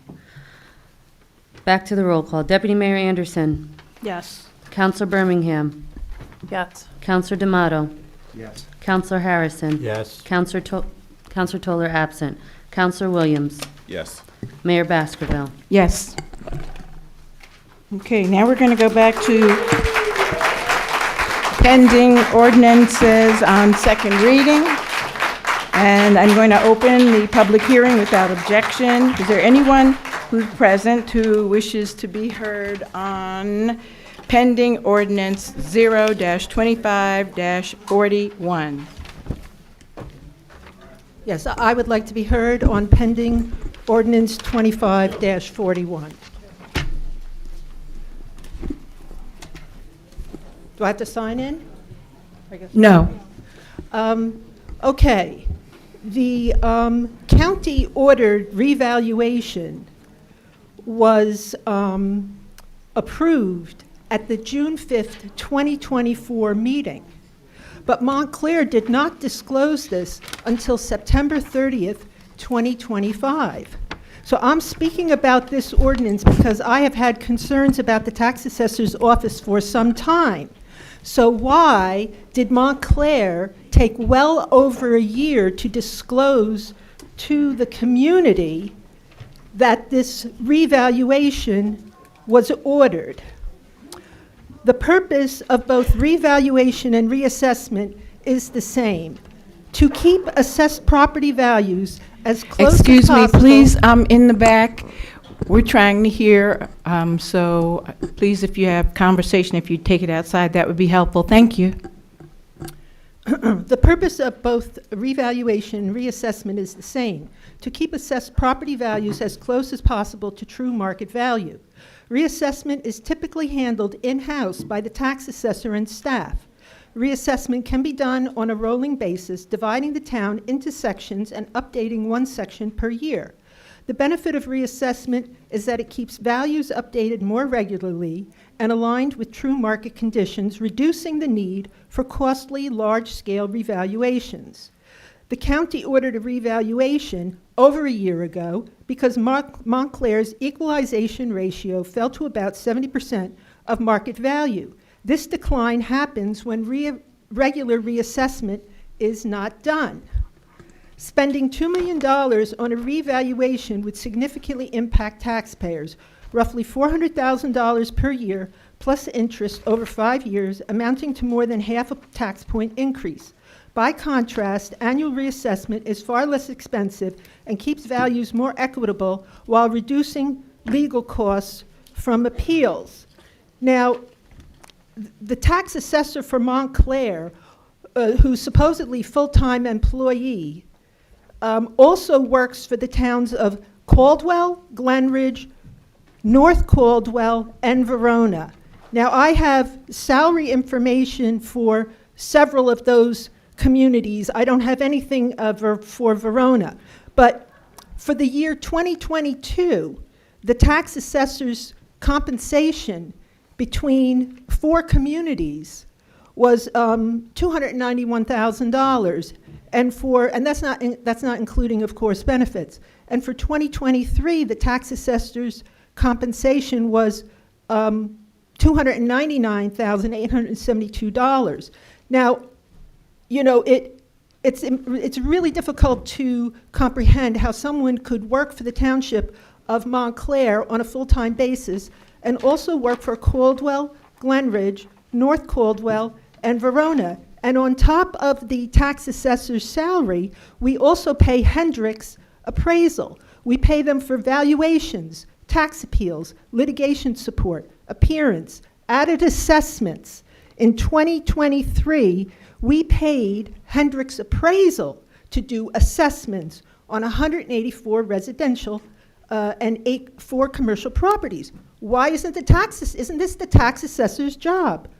Developer fee, estimate, inspection. So the total in 2022 that we paid Hendricks Appraisal was $114,000. On top of that, we pay outside attorneys for tax appeal cases. And I have, I'll get to that next. So Eric Bernstein, we paid Eric Bernstein in 2022 $83,721, which includes a tax case that's been open for 10 years. How can we have a tax appeal case open, unresolved, for 10 years? In 2023, we paid Hendricks almost $62,000, Bernstein $40K. Oh, and I forgot, we also pay DeFrancesco, and we paid DeFrancesco $83,000 in 2022, $62,000 in 2023. So for the year 2022, we have a grand total of $444,000 that we're paying, and we're not getting any assessment services. So on top of not getting any assessment services, now we have to pay another $2 million on top of that. I submitted an Oprah request where I asked for a list of tax appeals by lot and block from January 2020 to date, provide status of each tax appeal in item 1 above, Township 1, Township loss pending, provide amount of tax repaid to each taxpayer for cases lost by the township, including date of payment, and he sends me this, 24-page report of, and closed the Oprah request. And, Ms. Avery? yes. We're trying to stick to 3 minutes. I know the clock was not set, but I do believe if we haven't exceeded it, we're very close to the 3-minute time.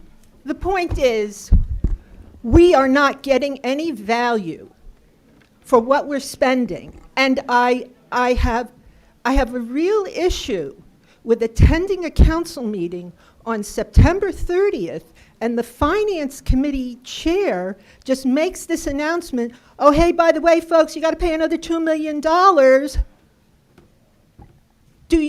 Does anybody here ask any questions, or is it just rubber stamp? You're the rubber stamp band. Thanks. Okay.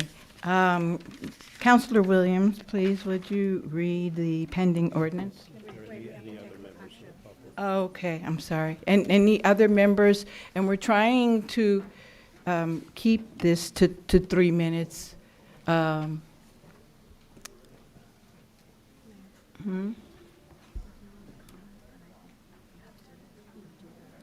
just keep this really short. On the heels of that, I think that we often hear about a lot of extra spending going on that the taxpayers aren't sure. Oh, hi, I'm Jessica Stolzberg. I live in Montclair.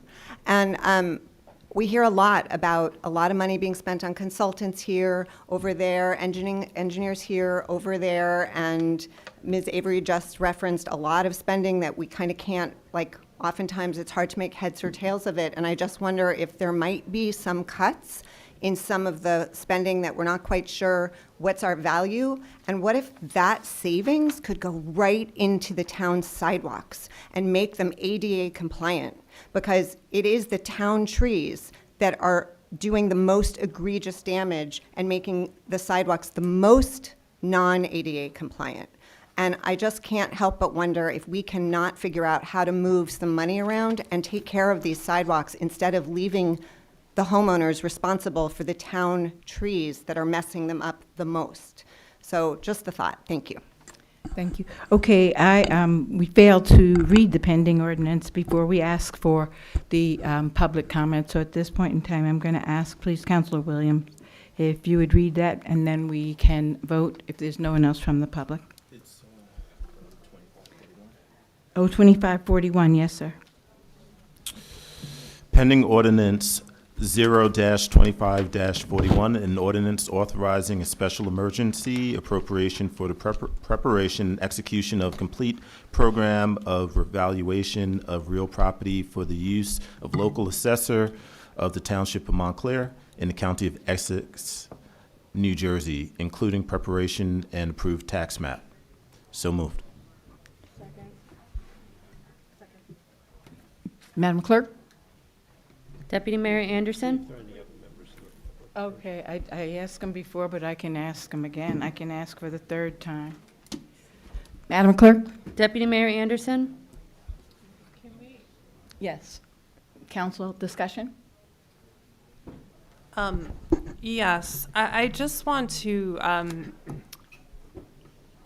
just sort of say this revaluation and the idea, this is something that we are ordered to do. Now, we were actually ordered to do it before we were on council. It is not, we have to have it completed by tax year 2028. So we are leaving ourselves a fair amount of time because it is a process, and we will be having a lot of meetings about this.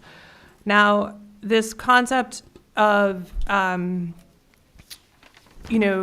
a town-wide revaluation and the expense of it, it is true. It costs money because every single property needs to be evaluated. And in fact, in the 1980s, Montclair was the subject of you probably remember this, a landmark suit where it was determined that it was not done fairly and it had to be repeated. And we do not want anything like that, which is why, it is one company doing all the reevaluations at the same time. And we will have a lot of discussion about this. This is just the beginning. It is a multi-step process. So I just want to put that out there. And again, I have a list here. Essex County post-pandemic has been, every town, almost every town in Essex County has either just recently completed a reevaluation or has been also ordered to do a reevaluation. And so, again, we will be doing a lot more discussion of this issue. Councilor Harrison? It's imperative we move forward for this, because what happens when there is delay over time is some properties do not go up uniformly in value, and that ends up with some people paying less in taxes than they should based on what their house is currently worth, and some people paying more than what they should based on what their house is currently. So it's imperative, it's fair to everyone to have all the houses in town properly assessed. The one thing I do agree with Ms. Avery on is I think we should, after we're done with this revaluation, go to a process of doing the periodic frequent reassessments, because you stop those imbalances from happening and not wait until the county next orders us because we're so grossly out of whack. But it's imperative we move forward now with this.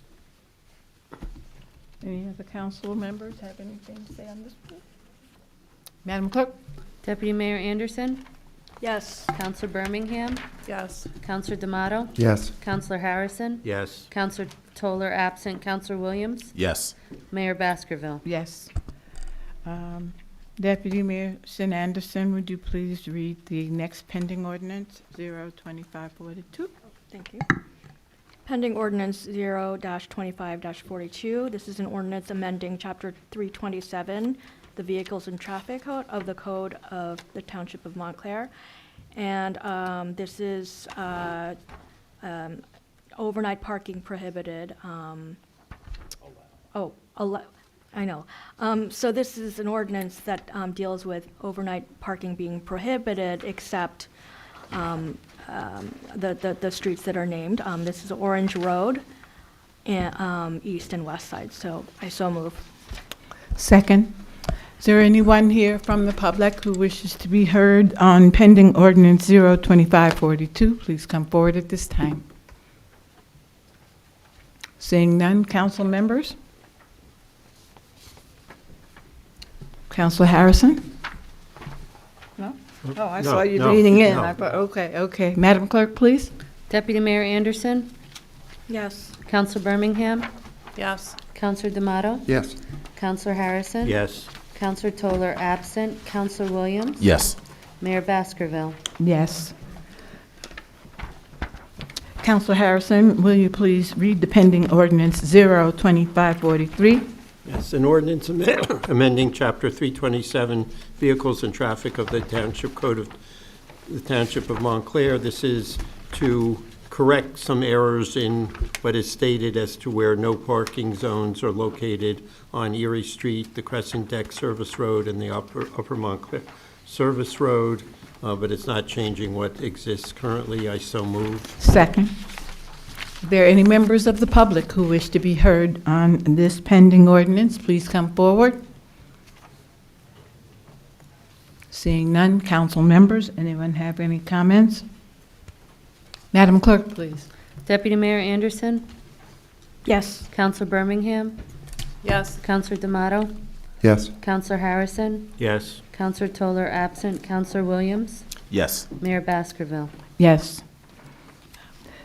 Counselor Birmingham, would you please read pending ordinance 025-44? Yes, this is an ordinance amending Chapter 327, Vehicles and Traffic of the Code of the Township of Montclair, 327-22 loading zone. This is the following. Described locations are hereby designated as loading zones. This is on Glenridge Avenue, south side, 3 designated parking spaces at the rear of the Midtown parking garage. And I so move. Second. Are there any members from the public who wish to be heard on this pending ordinance? Please come forward. Seeing none, council members? Madam Clerk, please. Deputy Mayor Anderson?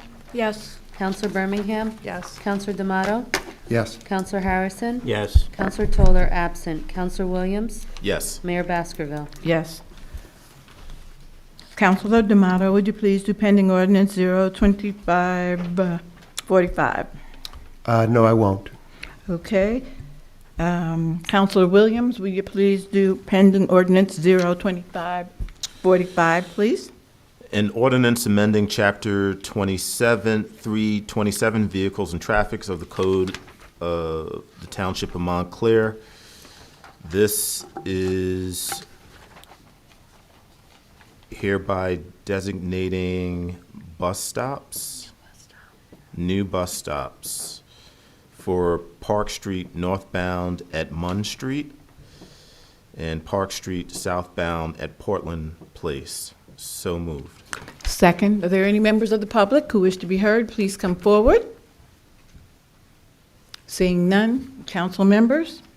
Just to clarify, this was confusing to me as well, but I clarified with staff that this is accurately describing where the existing bus stops are, not moving or new bus stops. Okay. It's just the current description has them where they are not, and this description has them where they are.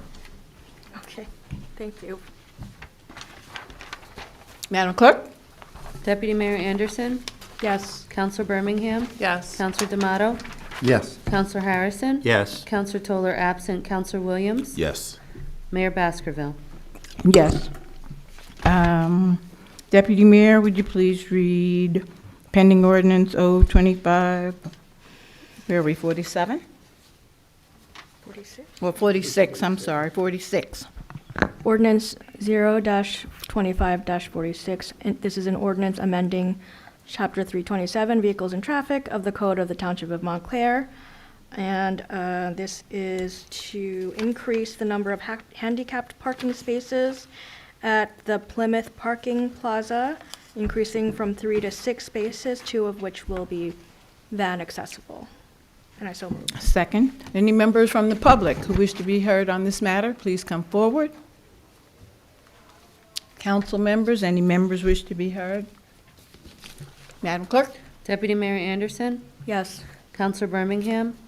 Yes. Counselor D'Amato? Yes. Counselor Harrison? Yes. Counselor Toller absent. Counselor Williams? Yes. Mayor Baskerville? Yes. Councilor Harrison, please, pending ordinance 2547. This is an ordinance amending Chapter 327, Vehicles and Traffic of the Code of the Township of Montclair. This is making corrections to the ordinance to reflect the fact that we now have pay stations in addition to parking meters, and the fact that the parking utility is now in charge of dealing with both meters and pay stations. I so move. Second. Members of the public, anyone wish to be heard, please come forward. Council members, anyone wish to be heard? I just have a Yes. question, Mayor. Deputy. Because I see Mr. Hermano in the back. Can I just clarify, because I did email this rather late in the day. In 327-32, the section on operating of parking meters, I see that there's an addition of a deposit of coin or payment with credit card. And I was just wondering if other, where other sections of this paragraph that says proper coin should also include or payment with credit card? Or is that not accurate? All pay stations and parking meters take credit cards and coins? So I'm not sure exactly what you're asking for the question is. Well, maybe I'm just being nitpicky. Like wherever it says in such meter, such proper coin of the United States of America, I mean, it makes it seem like only coins are accepted, but I thought that credit card payments are, maybe I'm not really being clear. Oh, I didn't even notice that. Yeah, we can definitely correct that, or we can amend it and redo the ordinance. That's Okay, fine. yeah. If you'd like. And That's fine. is this a substantive change or no? It's not. So if you wanted to add proper coin to be consistent with elsewhere. It says proper coin, just adding or payment with credit card. It does say that, does it not? At the bottom. At the bottom. It Yes. doesn't say that at the bottom, but I don't know. It was amended for here. No, right there, but in here. But it does say it. Oh, at the very, very At the very bottom. I know, okay. That's We fine. can clarify if you wanted to put it the same language up top where it appears in the next sentence. Yeah. That's not a substantive change if you wanted to amend it. Okay, that's it. I'm clear on everything else, thank you. Madam Clerk? Deputy Mayor Anderson? Yes. Counselor Birmingham? Yes. Counselor D'Amato? Yes. Counselor Harrison? Yes. Counselor Toller absent. Counselor Williams? Yes. Mayor Baskerville? Yes. Counselor Birmingham, please. This is pending Ordinance O-25-48, an ordinance amending Chapter 327, Vehicles and Traffic of the Code of the Township of Montclair. And this is adding parking meter zones, off-street parking meter zone. This is in the Midtown parking garage, ground level, 24 hours a day, metered parking, except as may be provided, and the fee schedule thereunto. The fee for all off-street metered parking zones is 75 cents per hour. And I so move. Second, are there any members from the public who wish to be heard on this? Council members? Madam Clerk? Can I ask? I'm Yes. sorry. I thought parking's $1 an hour. What? Can I just? Sorry, Manny. I can't remember. So parking, sorry, let me get closer to the mic.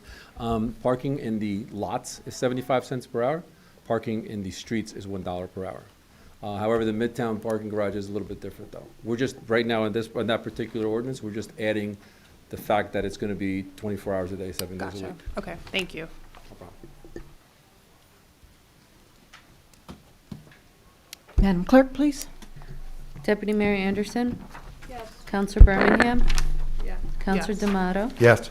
Counselor Harrison? Yes. Counselor Toller absent. Counselor Williams? Yes. Mayor Baskerville? Yes. Counselor Williams, would you do 02549, please? Pending Ordinance 0-25-49, an ordinance amending Chapter 327, Vehicles and Traffics of the Code of the Township of Montclair.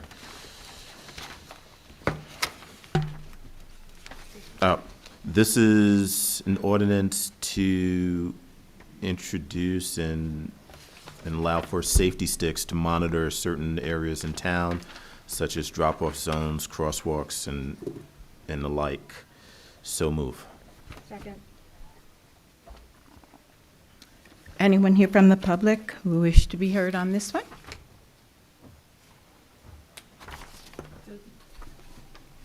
Counselor?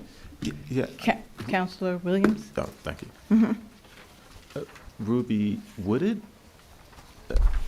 someone reached out about this particular ordinance, and I guess, Manny, this is all you, the first part of this meeting, so, so safety sticks, I believe, is a product, right, which we'll be installing to monitor parking and things of that nature. Was wondering if it would be deemed material if we changed safety sticks to, I forget what the suggested, something else that didn't, maybe photo enforcement, Is that Photo photo? enforcement device. Yeah, Photo enforcement. Parking device. Instead of safety sticks, because safety sticks is a specific product. So just wanted to know. I'm not sure of the feasibility of that, I- however, I know everything goes through committee and whatnot, but this is the second reading of this ordinance, and it is for safety sticks, so if you wanted to have a separate ordinance.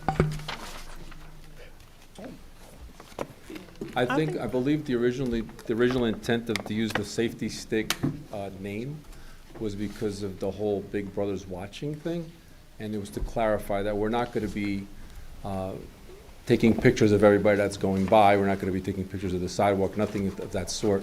These safety sticks are strictly for monitoring a parking space. That's all they do. So the piezo sensor that's on them and the pictures that are going to be taken are going to be taken of the vehicle that's illegally parked, and that's it. So I understand your concern is like, a bandage versus a Band-Aid, type of scenario. But that was the reason we used this name in this particular brand. We can later on, if we decide that we want to go to a different kind of technology with the way we do photo enforcement, we can amend the ordinance at that point and change the safety sticks to photo enforcement.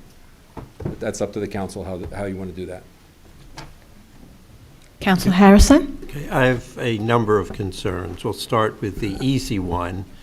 It includes loading zones, but there's never a time when someone is not entitled to park in a loading zone, and I have no idea how the camera is going to know whether it's a merchant or an employee dropping something off, and I just think loading zones should be removed, because I have no idea how you're going to know whether the car belongs there. I certainly agree, a lot of people use them who are not loading, but I have no idea how a camera is going to know whether the person... For the benefit of everyone that's listening at home and for your benefit as well, the way the safety sticks work is that they'll tag a car when the car parks, when the vehicle gets parked.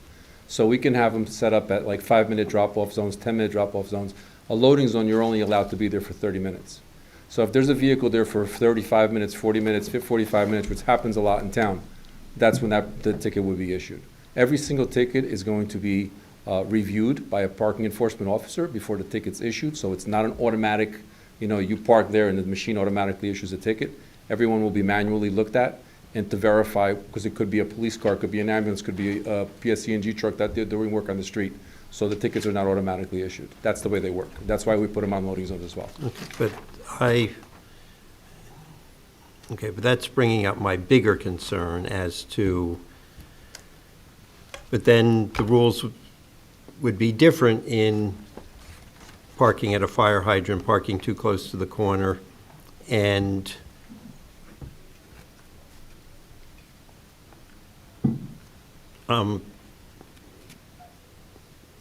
concerned, and I'm concerned in terms of then enforceability of the tickets, in terms of nothing says that as to, here it's whatever at a corner or at a hydrant, here it's different time period for a loading zone. And I have a related concern as to the sensitivity doing parking at a corner, as to where it's going to be placed and how you're going to be sure it's not picking up a car that's lawfully parked just behind no parking here to corner sign. And, when this was discussed before I was on the council, when it was introduced, there was some discussion of doing this on a trial basis, because I have this strong suspicion that shortly after this is implemented, that we are going to get a lot of public coming in saying, I was just dropping my wife off, we needed to get her, walk her out of the car, and suddenly I have a ticket, and with complaints. Don't get me wrong, before I was on the council, I commented to my wife as to whether we had a policy in town of letting people park too close to corners, because you drive downtown on any weekend evening and frequently other times throughout town that parking too close to corners seems to be what people do in large numbers, and Yep. it is clearly creates unsafe conditions. So but I am concerned as to this being implemented in a way, not intentionally, but ends up getting people who are not trying to get. And, and before we go whole hog into this, and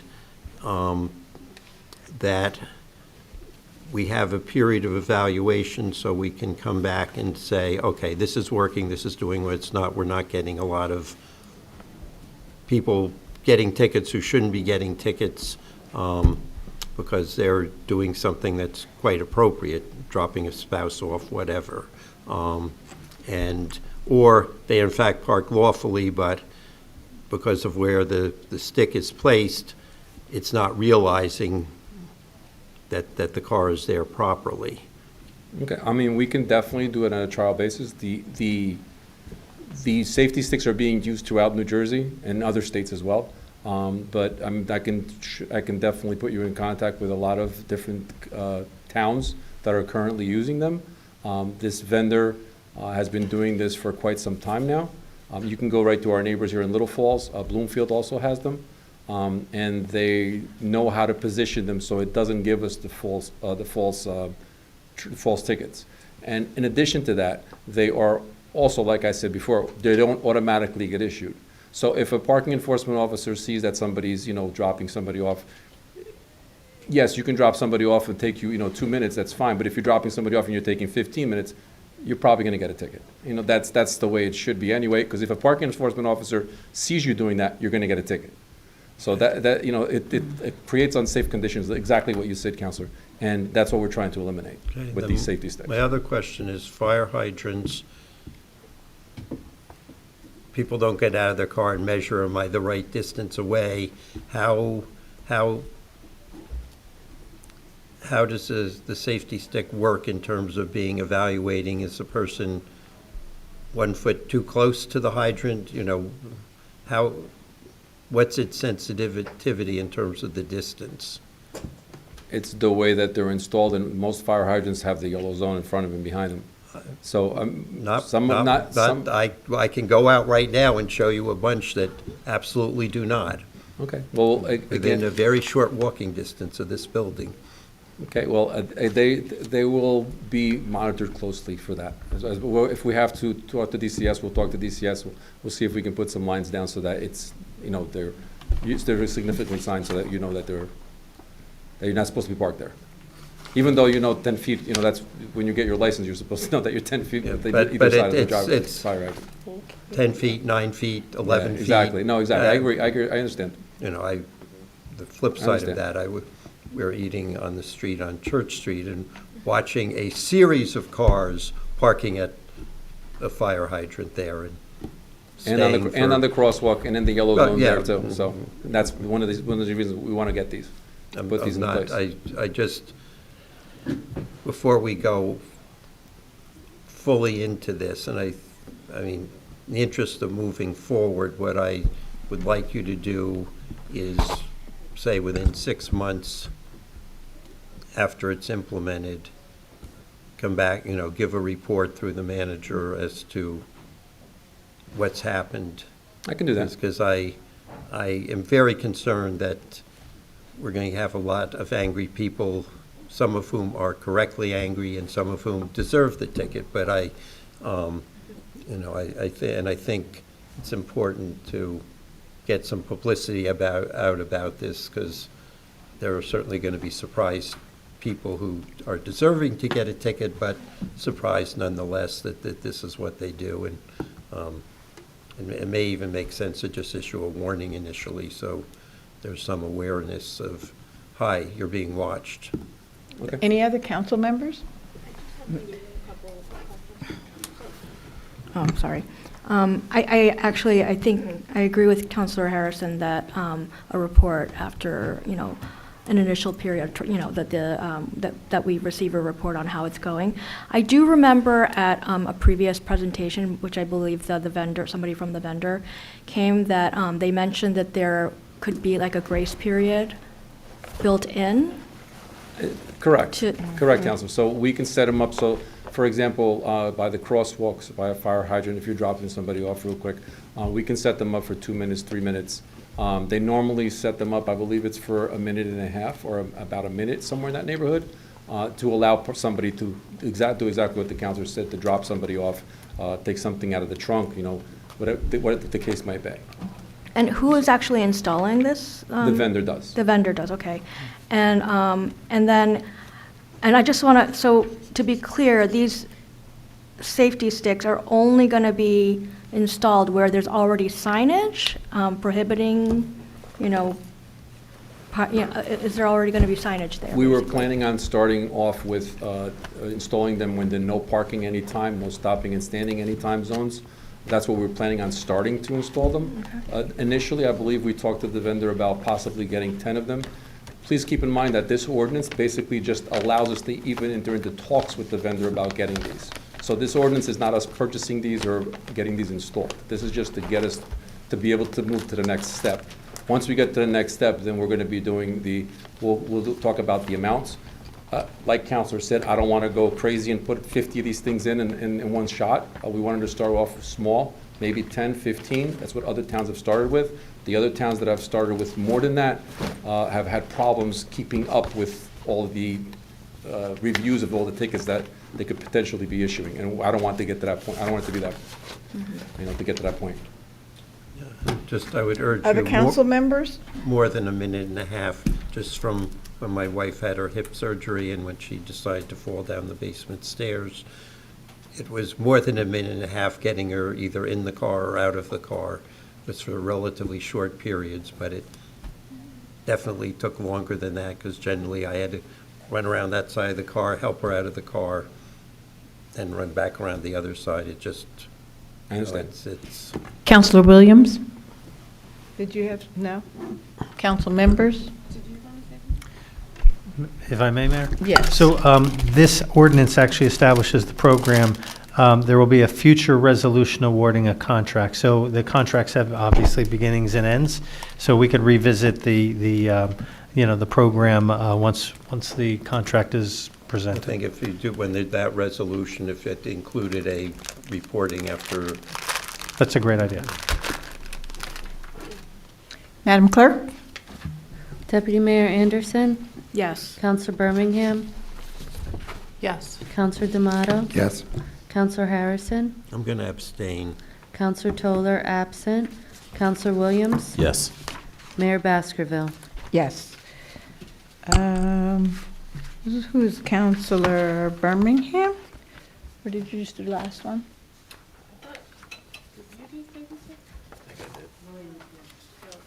Okay, Deputy Mayor Shin Anderson, please. This is 50? The 2550, please. Ordinance 0-25-50. This is an ordinance amending Chapter 230, parking lots of the Code of the Township of Montclair. I so move. Second.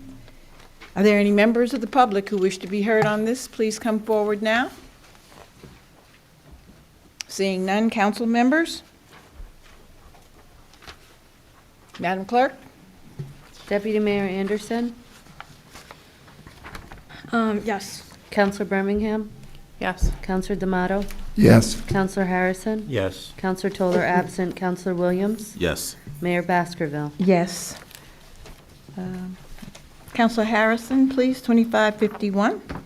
This is an ordinance to amend Section 327, Vehicles and Traffic of the Code of Township of Montclair. This is to establish an always stop on South Mountain Avenue and Gates Avenue, which I drove past this evening on Gates Avenue, to confirm the absolute need for a stop sign at this location. So moved. Second. Any members from the public wish to be heard, please come forward. Seeing none, council members? Council Williams? Just want to give a quick shout out, if he's listening, to Mr. Wish, who earlier this year contacted me about this intersection after witnessing an accident close by his house. So you see that we're passing, well, I'm going to vote for it. I don't want to be presumptuous. Madam Clerk? Deputy Mayor Anderson, Yes. Counselor Birmingham, Yes. Counselor D'Amato, Yes. Counselor Harrison, Yes. Counselor Toller absent, Counselor Williams, Yes. Mayor Baskerville. Yes. Counselor Birmingham, please, would you do 2552?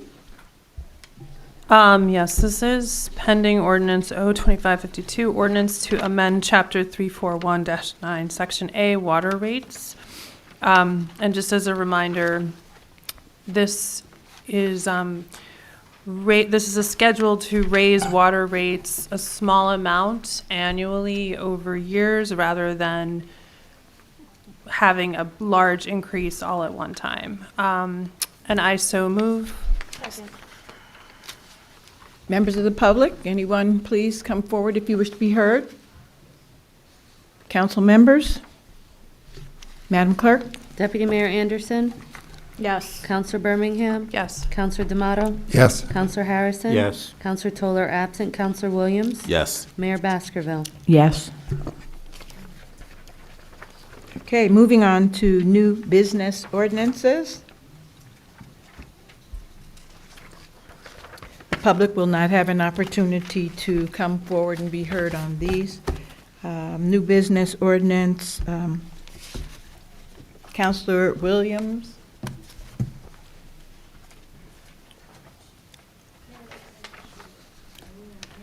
Yes. Okay.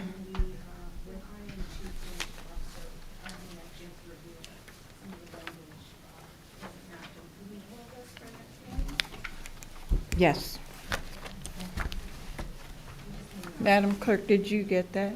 Yes, I understand that item M is being tabled to November 25th. Okay.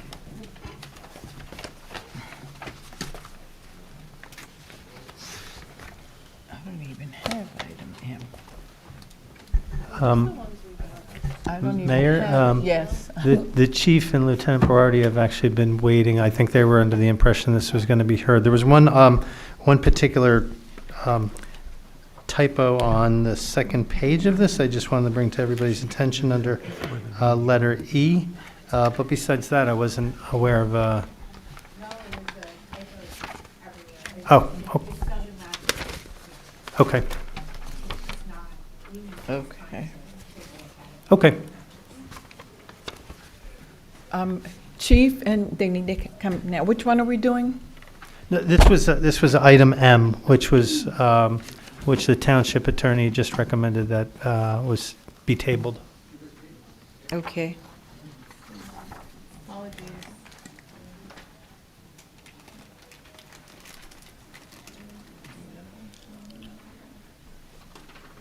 Yes, we're going to move on then to agenda item number N, please. Councilor Williams? Ordinance to amend section 327, vehicles and traffic of the Code of the Township of Montclair, New Jersey. This is to put a multi-way stop at Claremont and North Willow, which is a couple of blocks away. So we'll basically have a stop from Grove to what is it? North Fullerton, basically. At each intersection. Yes. So moved. Second. Discussion?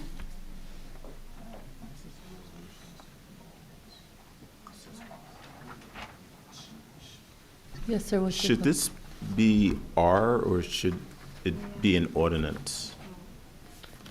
We're on, This is- I'm sorry, we're on N N says like Nancy, and what is your question? Ordinance. At the These are top new of it, it business says ordinance. R. Oh, where does it say? Oh, It's okay. immaterial. I will Anyway, fix it no when I problem. certify the document. I see what you're talking about. Thank you. Okay.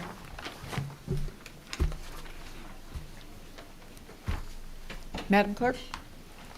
Deputy Mayor Anderson, Yes. Counselor Birmingham, Yes. Counselor D'Amato, Yes. Counselor Harrison. Yes. Counselor Toller absent, Counselor Williams. Yes. Mayor Baskerville. Yes. New business ordinance O, please, Deputy. This is an ordinance, this is agenda item O, an ordinance of the Township of Montclair amending Chapter 3, Administration of Government, Article 6, Administrative Organization. This is, just so everybody knows, the changes are to make clear that the Department of Utilities is referring to water and sewer only. It adds an additional department, Township of Montclair, Clary Anderson Arena Utility, as well as Department of Sustainability and a Department of Complete Streets. And I so move. Second. Discussion?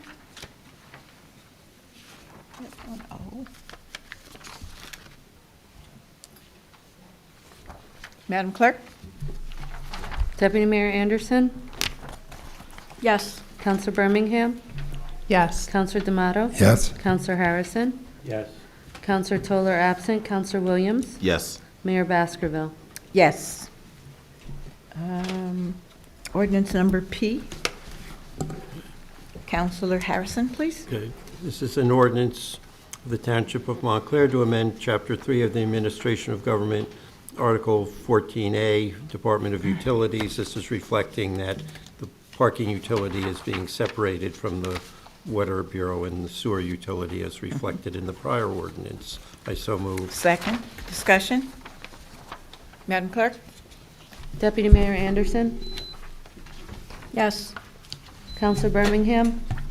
Yes. Counselor D'Amato? Yes. Counselor Harrison? Yes. Counselor Toller absent. Counselor Williams? Yes. Mayor Baskerville? Yes. Counselor Birmingham, please. New business ordinance Q. Great. This is an ordinance of the Township of Montclair amending Chapter 3, Administration of Government, to create and include Article, it's in Roman numerals, and I want to skip, Article something, Department of Sustainability. And this is establishing a Department of Sustainability, which will give them a seat at the table at department meetings, and it's very exciting, and I so move. Second. I just have Counselor a Harrison? proposed correction. Unlike the parking utility where it says the person will be qualified by education experience, this just says there will be one. I think that needs to be added under 50-14, that the person be qualified, using the same language as in the parking utility.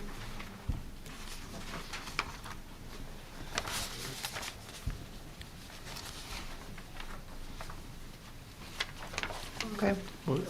You just see what in you have here. parking utility, it says director qualifications. Here, we don't say anything, and I don't think we need to do that whole big speech, but I think we should indicate that the person is qualified by education and experience. Agreed. Add the first sentence from agenda item number R, 3-50. Just add the head of the department shall be the director who shall be qualified by education and experience. Yeah. Just that.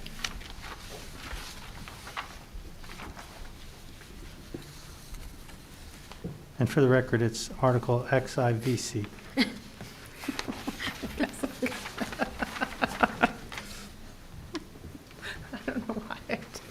Any other council members who wish to be heard? I'm just to say that I am very much in support of this. Again, I think it's a good thing that Mr. Mark seems to be looking at, the organizational structure, but also, we know that the current individual who oversees the Office of Sustainability does have a lot of responsibility, brings a lot of grant money into the township in support of our sustainability initiatives. And again, for me, it's also very important for this, this office to have a seat at the table where, sustainability is always part of a discussion along with the other departments and the work they're doing. Anyone else? Madam Clerk, please. Deputy Mayor Anderson? Yes. Counselor Birmingham? Yes. Counselor D'Amato? Yes. Counselor Harrison? Yes. Counselor Toller absent. Counselor Williams? Yes. Mayor Baskerville? Yes. New business ordinance number R.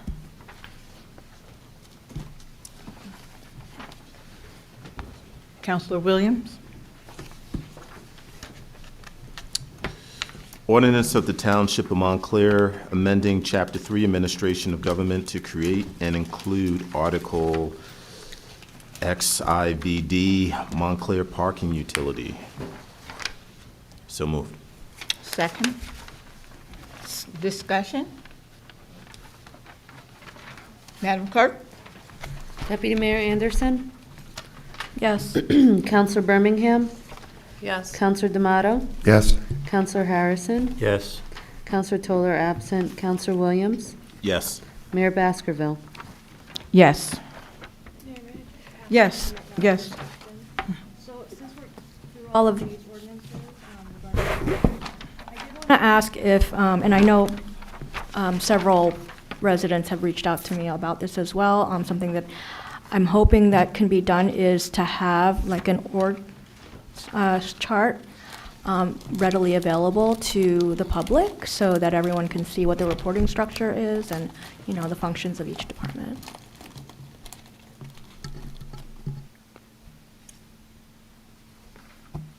Sounds good. Okay, moving on to, we are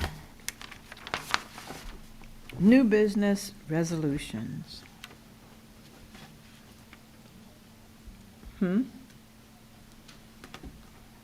Cookies. Oh. Okay, we're going to start at new business resolutions. Let's go to Deputy Mayor Resolution.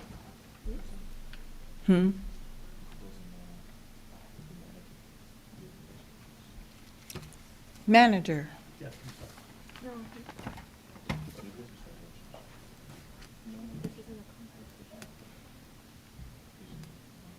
These are not, none of them are, what you call it, none of them are, yeah, consent, there's no consent on here. It's a lot, right? Resolution number 1, Deputy Mayor. Yeah, I'm calling you because I think you're excited to do this one. All right, this is, it's not numbered. Okay, this is a resolution appointing a member to the planning board, and I so move. Second, discussion?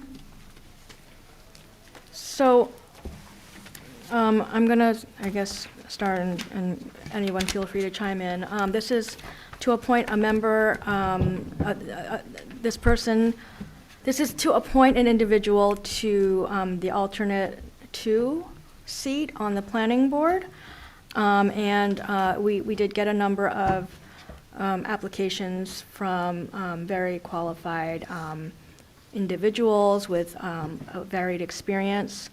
I think the person that we're putting forward today has technical expertise and professional background that has been confirmed is absent from the current planning board. They do not have an architect on the planning board and have not for several years. And the thought was that people with certain skills would be very helpful to review plans that are presented to the planning board. And so fortunately, we have quite a lot of other individuals should additional seats open up. But I would like to go ahead and have this person appointed as soon as possible.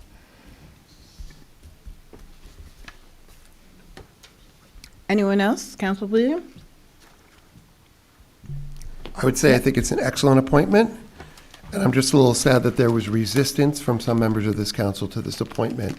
I think it's very ironic that on the very day we passed the Immigrant Trust Directive Act resolution, that I will report that there was resistance to an appointment to the planning board, I believe in part because of animus, anti-Latino animus. And I'd like to ask the mayor in particular, why did you resist this appointment so hard? First of all, your characterization of what you're saying is totally fabricated and not true. And so if you want to ask your question in a way that is anywhere factual, then maybe I can try to answer it. I'll just ask you, why did you resist this appointment? That's not true. Okay. Can we call the roll then?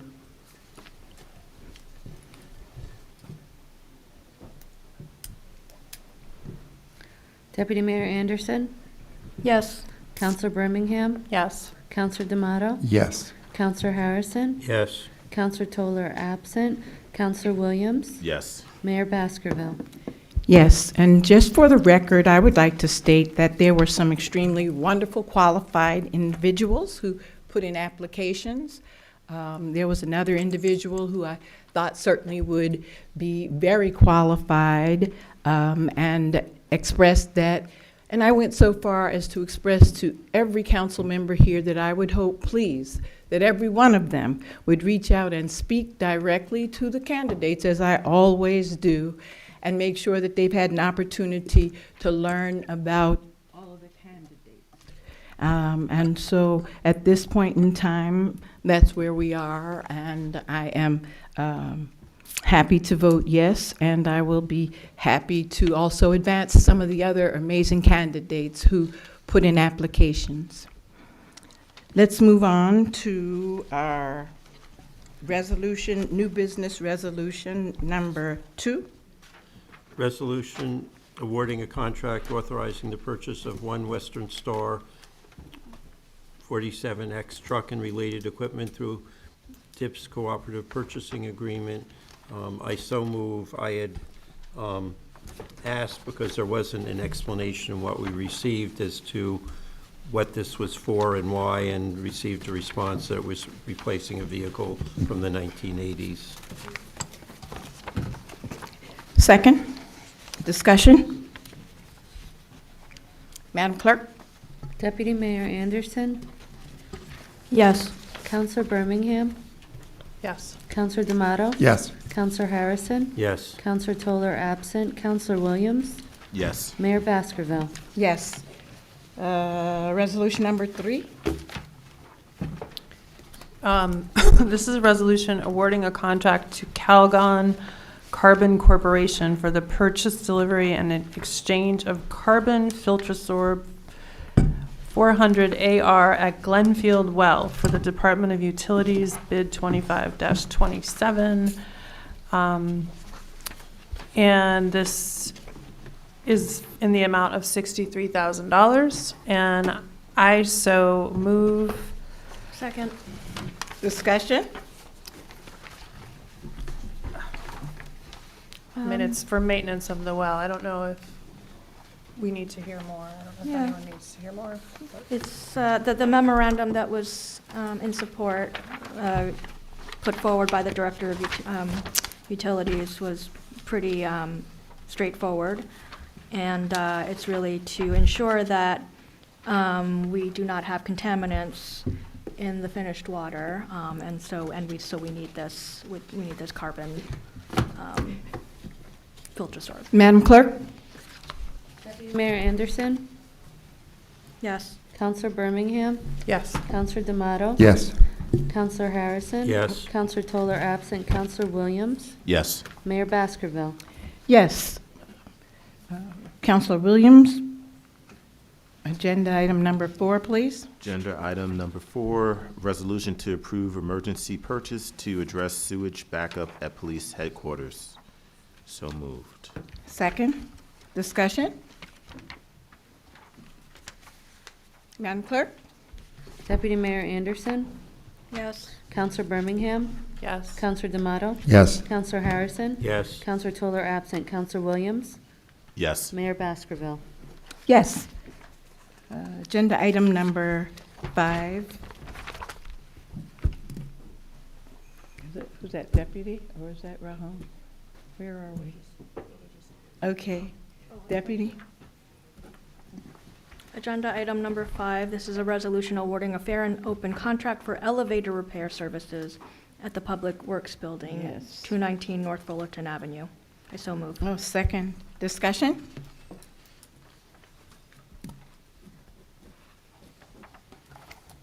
Madam Clerk, please. Deputy Mayor Anderson? Yes. I'm sorry, Attorney, did you have a question there? Mm-hmm. Yes, I'm sorry. In item number 3, I'm sorry if I didn't hear, but it should say Glenfield Well, not the rain well. Yes, a corrected copy was distributed, Attorney. Yeah. Okay. Yes. Thank you. No, thank you for checking. We did get a copy that was corrected. Thank you. Counselor Birmingham? This is item number 5, thank you. Counselor D'Amato? Yes. Counselor Harrison? Yes. Counselor Toller absent. Counselor Williams? Yes. Mayor Baskerville? Yes. Counselor Harrison, please. Agenda item number 6. This resolution authorizing the purchase of 1 log truck for the Department of Community Services through the cooperative purchasing. I so moved, and I want to respond to the public comment as to why we need this. 1, it is replacing a 1991 truck, and 2, it is not so we can go running around cutting down trees. It is to deal with, to do old situations, Sandy, the ice storm the following year. Last week or 2 with heavy winds, there were a number of down branches in town big branches, and this is to deal with that. And occasionally we do have street trees that die and need to be dealt with, and we need equipment to deal with that. And this is something that, you know, to deal with Sandy, you couldn't drive in town, literally. And you need this, and we're not going to be able to deal with, and because of climate change, we keep getting bigger storms and more wind, and the town needs it. It's replacing an old vehicle. Thank you. And just in addition to that, this new vehicle will address, it will minimize physical risks to the Did you workers. second that? Was there a second? Oh, yeah, I second that too. Okay. And just in general, if we are going to be investing in a tree canopy and in growing the tree canopy, there are going to be costs associated with it. In the first ward, we have a lot of trees.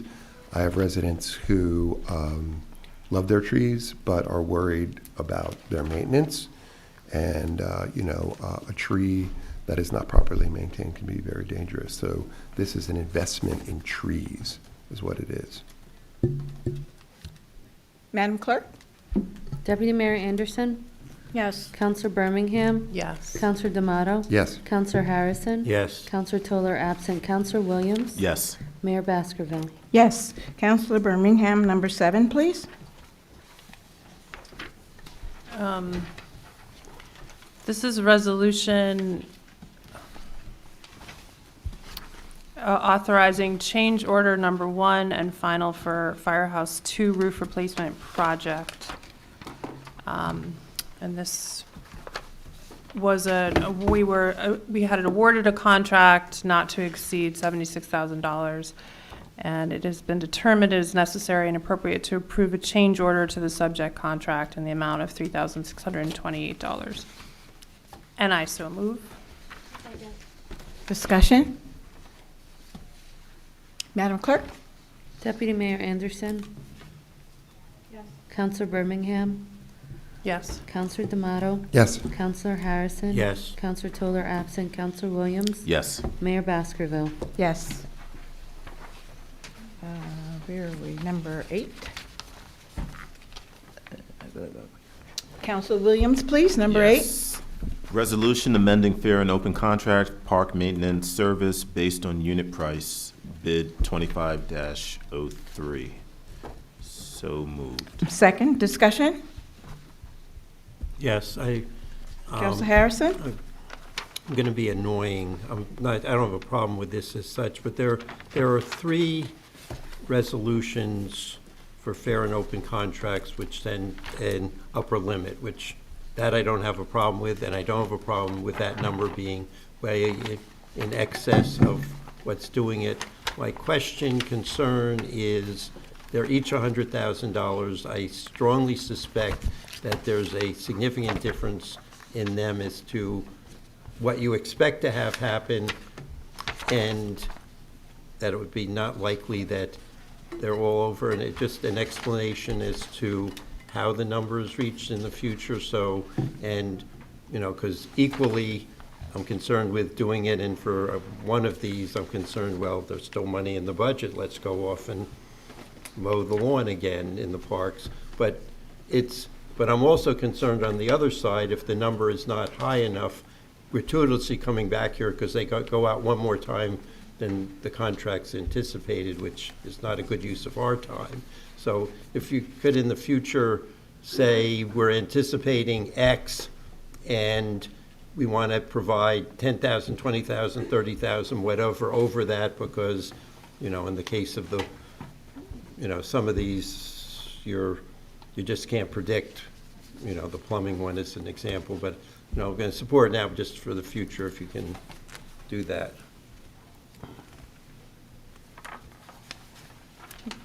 Anyone else? Madam Clerk? Deputy Mayor Anderson, Yes. Counselor Birmingham, Yes. Counselor D'Amato, Yes. Counselor Harrison, Yes. Counselor Toller absent, Counselor Williams, Yes. Mayor Baskerville. Yes. Deputy Mayor? Agenda item number 9, please. Resolution authorizing award of fair and open contract for township repair and maintenance of elevators.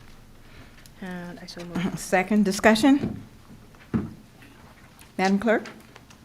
Deputy Mayor Anderson, Yes. Counselor Birmingham, Yes. Counselor D'Amato, Yes. Counselor Harrison, Yes. Counselor Toller absent, Counselor Williams, Yes. Mayor Baskerville. Yes. Council Harrison, agenda item number 10, please.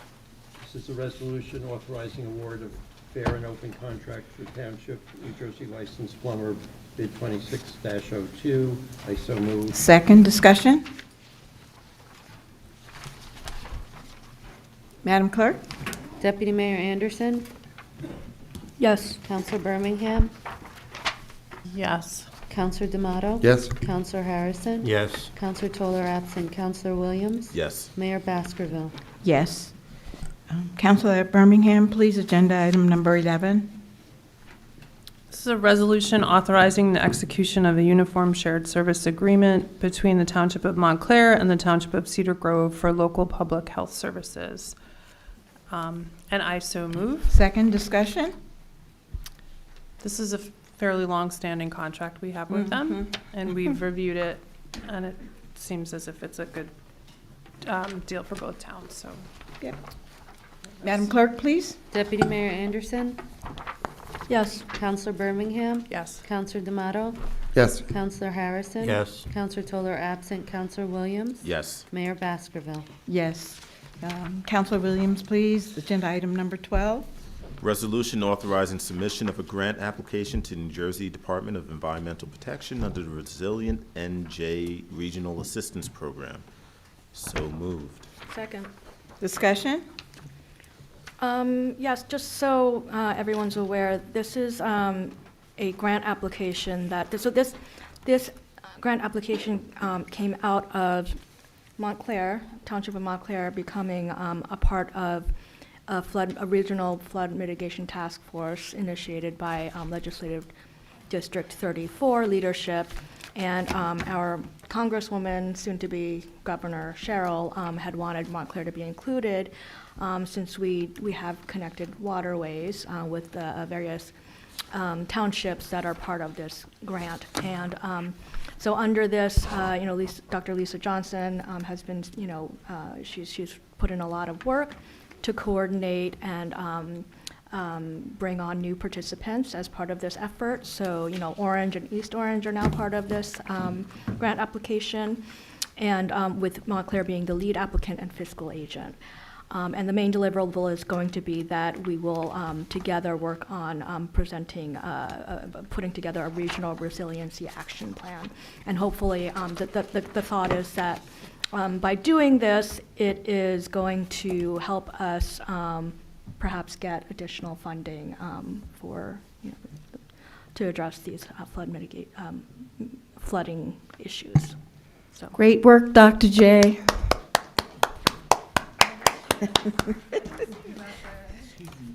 Yes.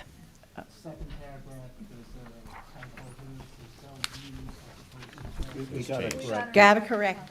Thanks, you guys have yesterday's version.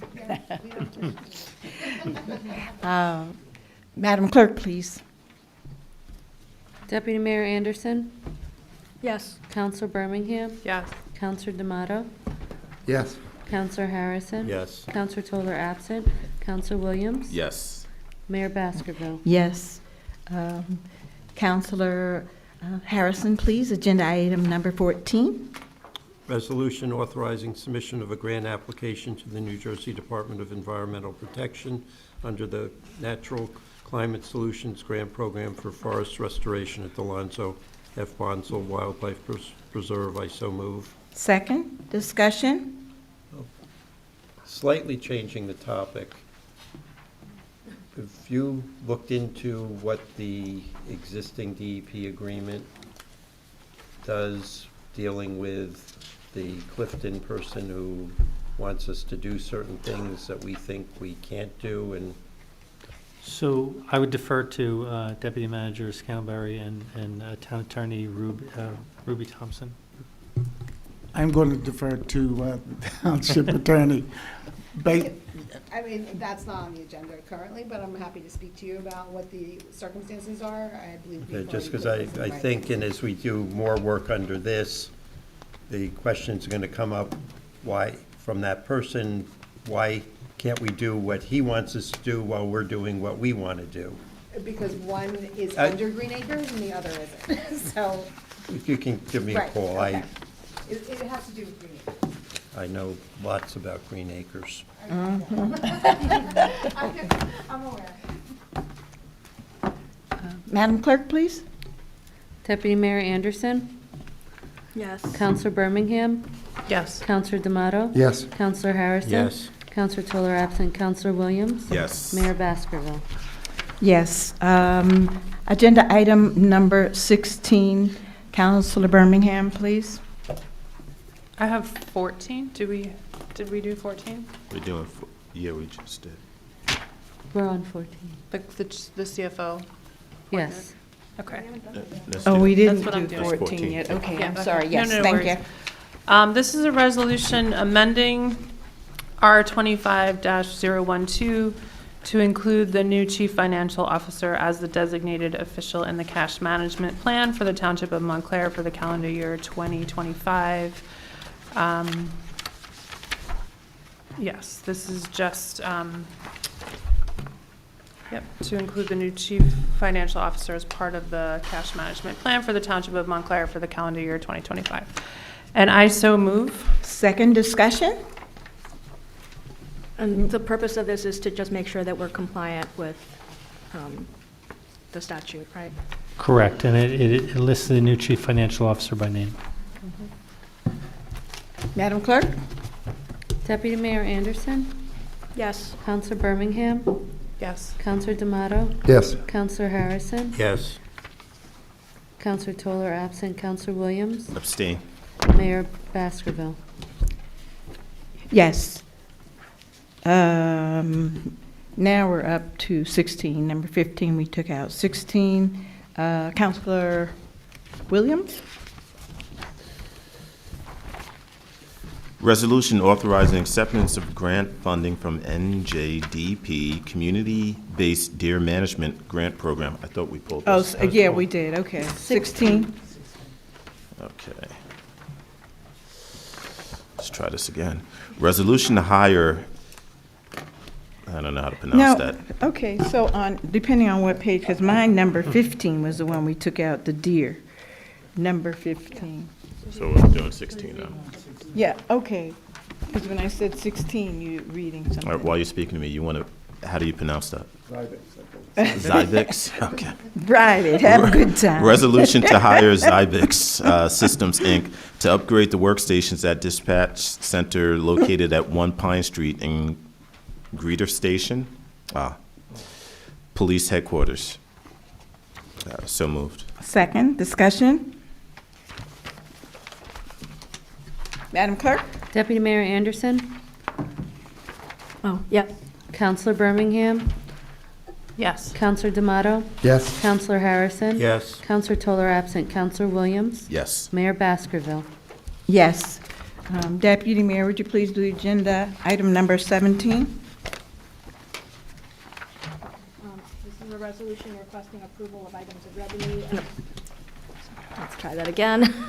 Resolution requesting approval of items of revenue and appropriation pursuant to N.J.S.A 40A 4-87. And this is to, let's see, insert into the budget year 2025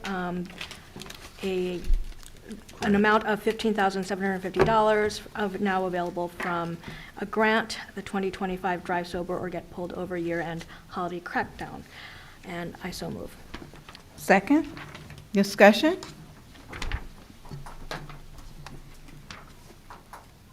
Counselor Harrison? No? You have to vote. Okay. Madam Clerk? Deputy Mayor Anderson, Yes. Counselor Birmingham, Yes. Counselor D'Amato, Yes. Counselor Harrison, Yes. Counselor Toller absent, Counselor Williams, Yes. Mayor Baskerville. Yes. Counselor Harrison, number 18, please. This is a resolution amending the fair and open contract of Waters McPherson McNeil, P.C., to serve as land use and redevelopment attorneys for calendar year 2025. It's adding an amount of $20,000 to their existing contract because they've been very busy representing us in redevelopment matters. I so move. Second, discussion? Madam Clerk, please. Deputy Mayor Anderson, Yes. Counselor Birmingham, Yes. Counselor D'Amato, Yes. Counselor Harrison. Yes. Counselor Toller absent, Counselor Williams, Yes. Mayor Baskerville. Yes. Counselor Birmingham, agenda item number 19, please. This is a resolution authorizing the amendment of a non-fair and open professional service contract to RSC Architect for the renovations and repairs of the Clary Anderson Arena. This recommends amending the contract to RSC Architects in the increased amount of $17,750 for a new total contract amount of $107,750. And I so move. Second. Discussion? So just so we're clear, this will be part of like the utility It's spending? being paid for. The certification of funds is coming from the $1 million capital ordinance Okay. that was approved by the mayor and council back in July or August. Okay. So this is necessary. The electrical sub-panel that services the arena is undersized and basically needs more energy. So this is to do the architectural and engineering services from design through construction administration for a new electrical sub-panel. Great. And I will just also put a plug, Clary Anderson is open. Yes. Has a lot more hours for general community, and I believe the grand opening officially is the Friday after Friday. Thanksgiving. Right. So everyone come out and skate. I would just say that this is, a necessary upgrade. The panel fried when the service was being reestablished this fall, and the booster group helped out, and they all worked together to put in a temporary sub-panel. And I would like to know what that cost them, because it's healthy for us to look at the difference between what we are forced by our procurement laws to pay for things and what outside entities can do. It's not a dig on us or anything, but I will say that $17,000 for the soft cost of a panel strikes me as a lot. And it's not on you, just on the way that we're forced to do business. I would not be surprised if the total cost of that panel, if a company did it, would be $17,000. I don't know about that. when the estimated construction cost for a new electrical sub-panel for a facility of that size, they told me will be between $150,000 and $200,000 Just for the panel? for the new panel and everything that goes into it. It's a lot.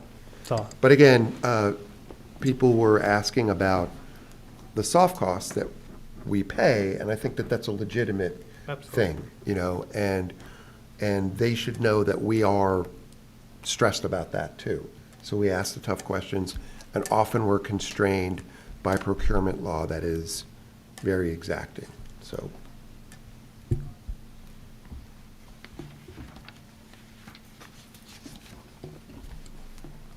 Madam Clerk? Deputy Mayor Anderson? Yes. Counselor Birmingham? Yes. Counselor D'Amato? Yes. Counselor Harrison? Yes. Counselor Toller absent. Counselor Williams? Yes. Mayor Baskerville? Yes. Councilor Williams, agenda item number 20, please. Resolution awarding fair and open contract for toilet renovations of Clary Anderson Arena. I don't need to give an explanation. So moved. Second, discussion. Madam Clerk? Deputy Mayor Anderson? Yes. Counselor Birmingham?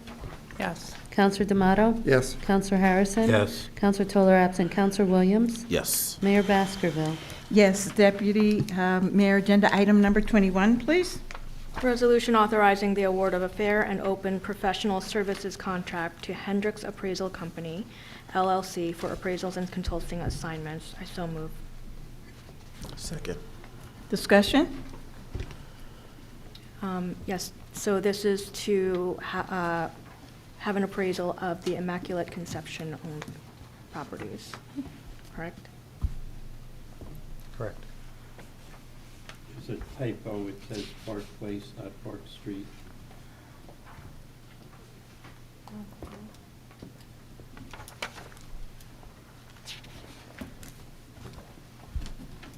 Madam Clerk? Deputy Mayor Anderson? Oh, I'm sorry. No, Councilor Birmingham? I don't mean to put you on the spot, but but I'm going to put you on the spot.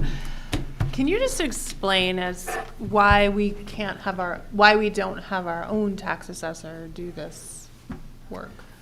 So this is for real estate appraisal services. I haven't spoken to since you are putting me on the spot, I haven't spoken with the tax assessor specifically about this item. However, it is my understanding that Mr. Hendricks is a recognized tax appraiser by the state of New Jersey, has all the certifications and qualifications as a tax appraiser, which is different than a tax assessor. So George Librizzi, our tax assessor, has all the qualifications and expertise as a tax assessor, not a tax appraiser. So the two are different, similar to different, specialties in medicine. There are different specialties in valuation. And the tax assessor is kind of stuck with how he has currently assessed the property and doesn't want to, and even though it's tax exempt, it still has an assessed value. And that, Yes, Councilor Williams.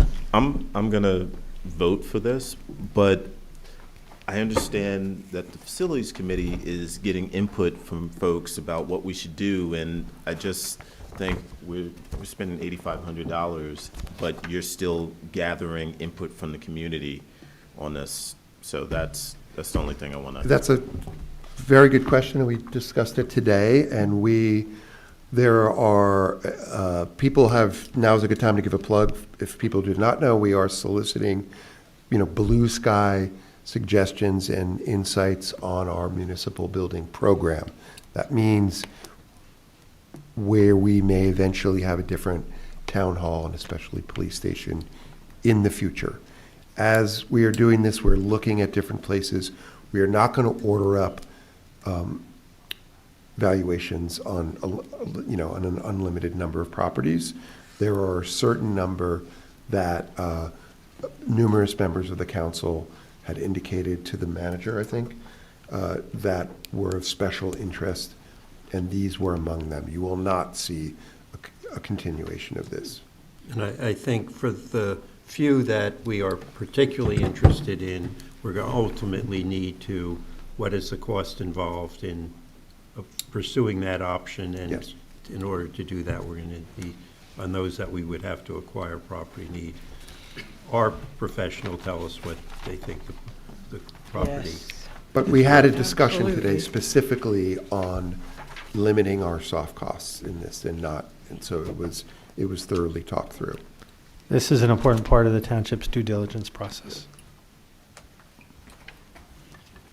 Madam Clerk? Deputy Mayor Anderson, Yes. Counselor Birmingham, Yes. Counselor D'Amato, Yes. Counselor Harrison, Yes. Counselor Toller absent, Counselor Williams, Yes. Mayor Baskerville. Yes. Council Harrison, please. Agenda item number 23. Resolution regarding the suspension of meter collection on November 28th, 2025 for Black Friday, November 29th, 2025, the following Saturday, and for the holiday season, which will commence on Saturday, December 13th, and run through Wednesday, December 31st. I so move. Second discussion? Yes, Counselor Williams.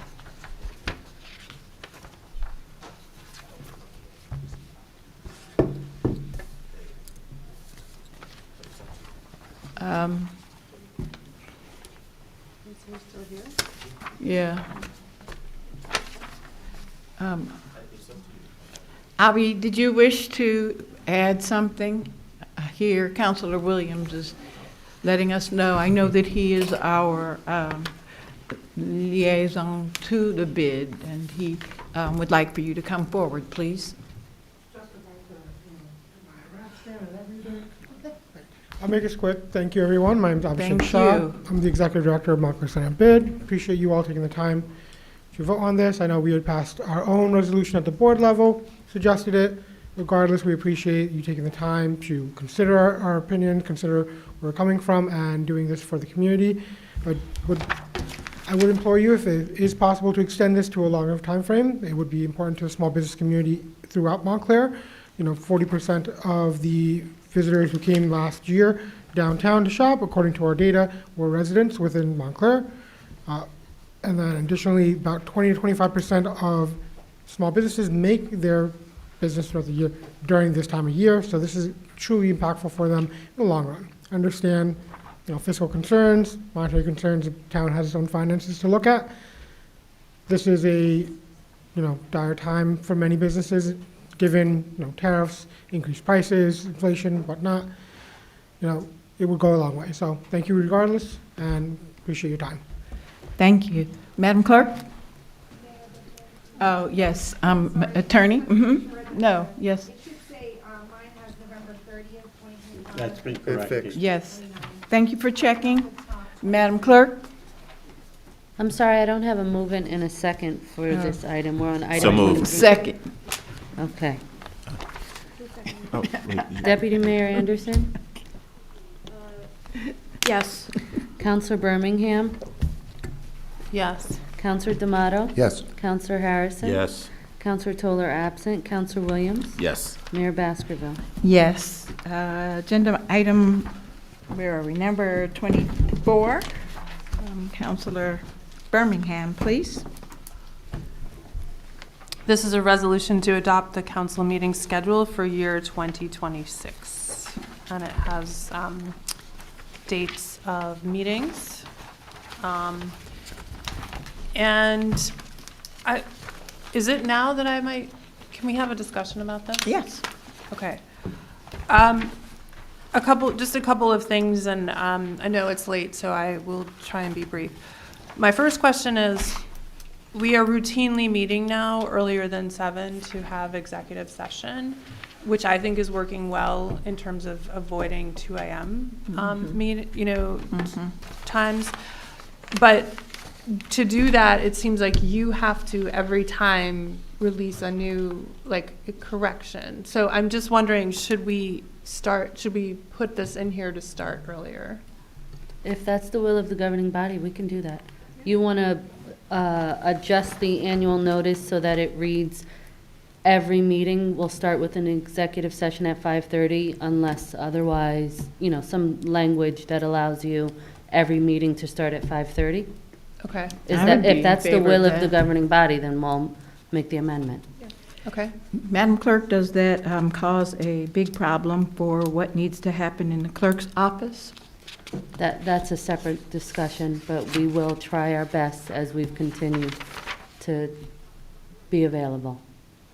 Okay. But I can't guarantee you right now that, yes, for the entire year, someone can be here at 5:30, but we will try. Okay, well, thank you very much. That is important to me, and I'm sure some of the others, so I guess you will let us know, or, you know, I know this just happened like on the spot, so I don't even know if you had an opportunity to think that through. And then my second comment, and it's been referenced tonight, is this differentiation between conference and regular. And I know, you know, pre-pandemic, it used to be upstairs, untelevised, sitting around a table. Those days are long gone. So just in order to not confuse people and to let them know that we do vote on things at almost every meeting, can we just make all of them regular meetings? I don't know what, because I don't really get a distinction between conference and regular meetings. So I second that. if we are going to keep, I mean, for me, I think it would be preferable to actually have scheduled conference meeting be a real conference meeting where things are discussed, and then, you know, for the next regular meeting, we're going to take action. But we've never done that. And like it's because I mean the issue could potentially be if we want to schedule a third meeting in the month, because we're here, we were gone for 2 weeks. We have like a stack of things. We would come. In other words, I don't necessarily oppose what you're saying, but we have never done it in practice. So it seems strange to be saying we're doing it, and I don't think we've ever not voted during a meeting. So I agree with the deputy, and I think it would be really a great idea if we tried very hard to have conference meetings where we had discussions and, you know, introduced like these new things pretty much that we had. There will be, you know, some overlap, and I'm not saying in a conference meeting we can't, but I do think that we should try much harder to have a distinction where we have a meeting where we discuss things in depth and maybe have, you know, presentations or whatever, and then have, you know, a regular meeting where we're going over and voting them, and maybe they should move a little bit quicker even than the ones where we're having a conference meeting. Okay. Yes, Councilor Williams, and then You're Councilor new. Harrison. You're new, so I'll defer to you. He's never I'll new. go after you. Councilor. Well, I'm going to say two comments. On the one hand, you know, doing a conference meeting and going over things is good, desirable. On the other hand,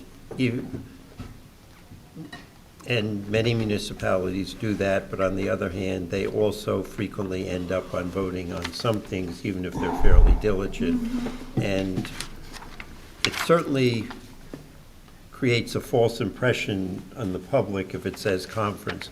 I think we should try to do first meeting of the month, let's go over what's going to be on, but just watching you over the past year plus and being here, I just don't see the reality of your not having things you're going to want to vote on at a meeting. And I don't know how many members of the public are thrown by that, but it does create the impression that you're not voting. And the long ago practice in the town was they met upstairs, they had a conference, and you know, then came to the next meeting. And I certainly think we should strive, but I don't think that means we can't just label or just not have a label at all, because we're just saying that's a meeting. It doesn't, they don't have to say regular, but I think it would be good if we tried to get things that,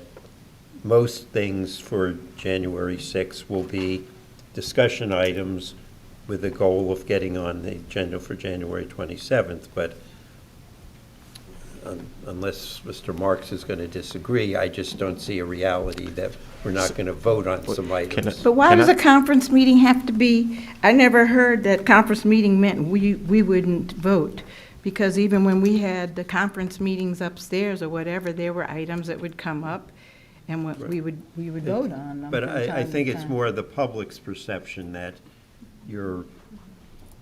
why are you making the distinction between two types of meetings if you're always going to vote on items? If, and it gives the impression you're not going to be. I agree, and that's what I said about, other municipalities, almost invariably at a conference meeting, they end up on voting some things. They're better than we have been recently in terms of not voting on everything. So just Yes, Councilor Williams. so I'll be a little bit vulnerable with you all.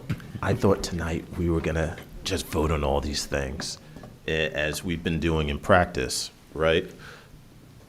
I think, I mean, the conference regular meeting thing, we haven't really followed that. And I think moving to where every meeting is a regular quote unquote meeting, it kind of puts in place what we're actually doing.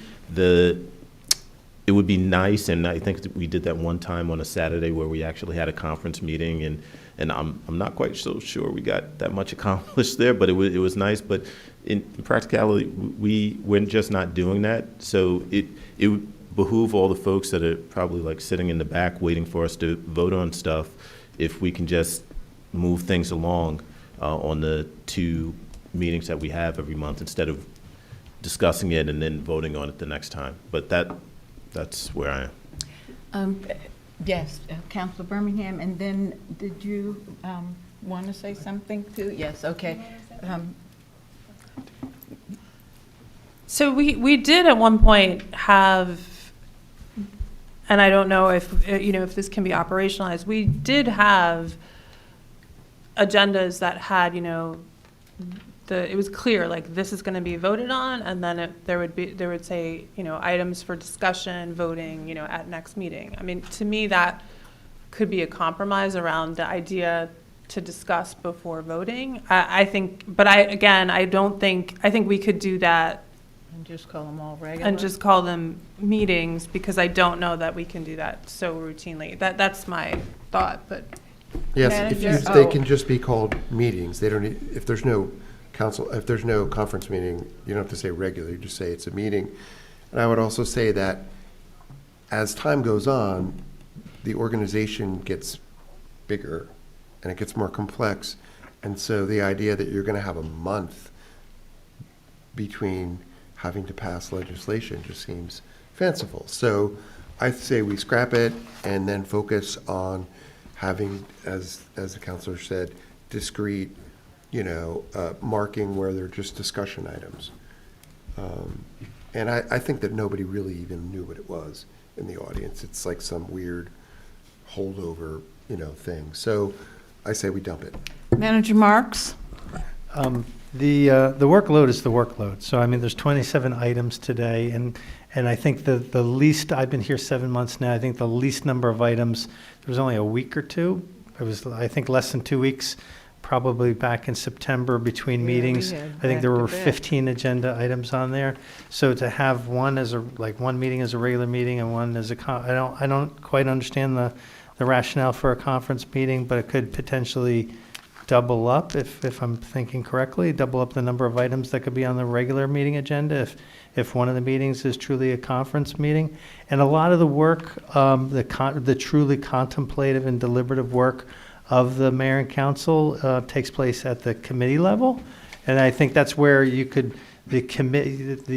governing body does have a pretty robust committee system, and there's truly thoughtful deliberation that goes into a lot of the discussions. I mean, there's 2-3 hour discussions over 1 or 2 items.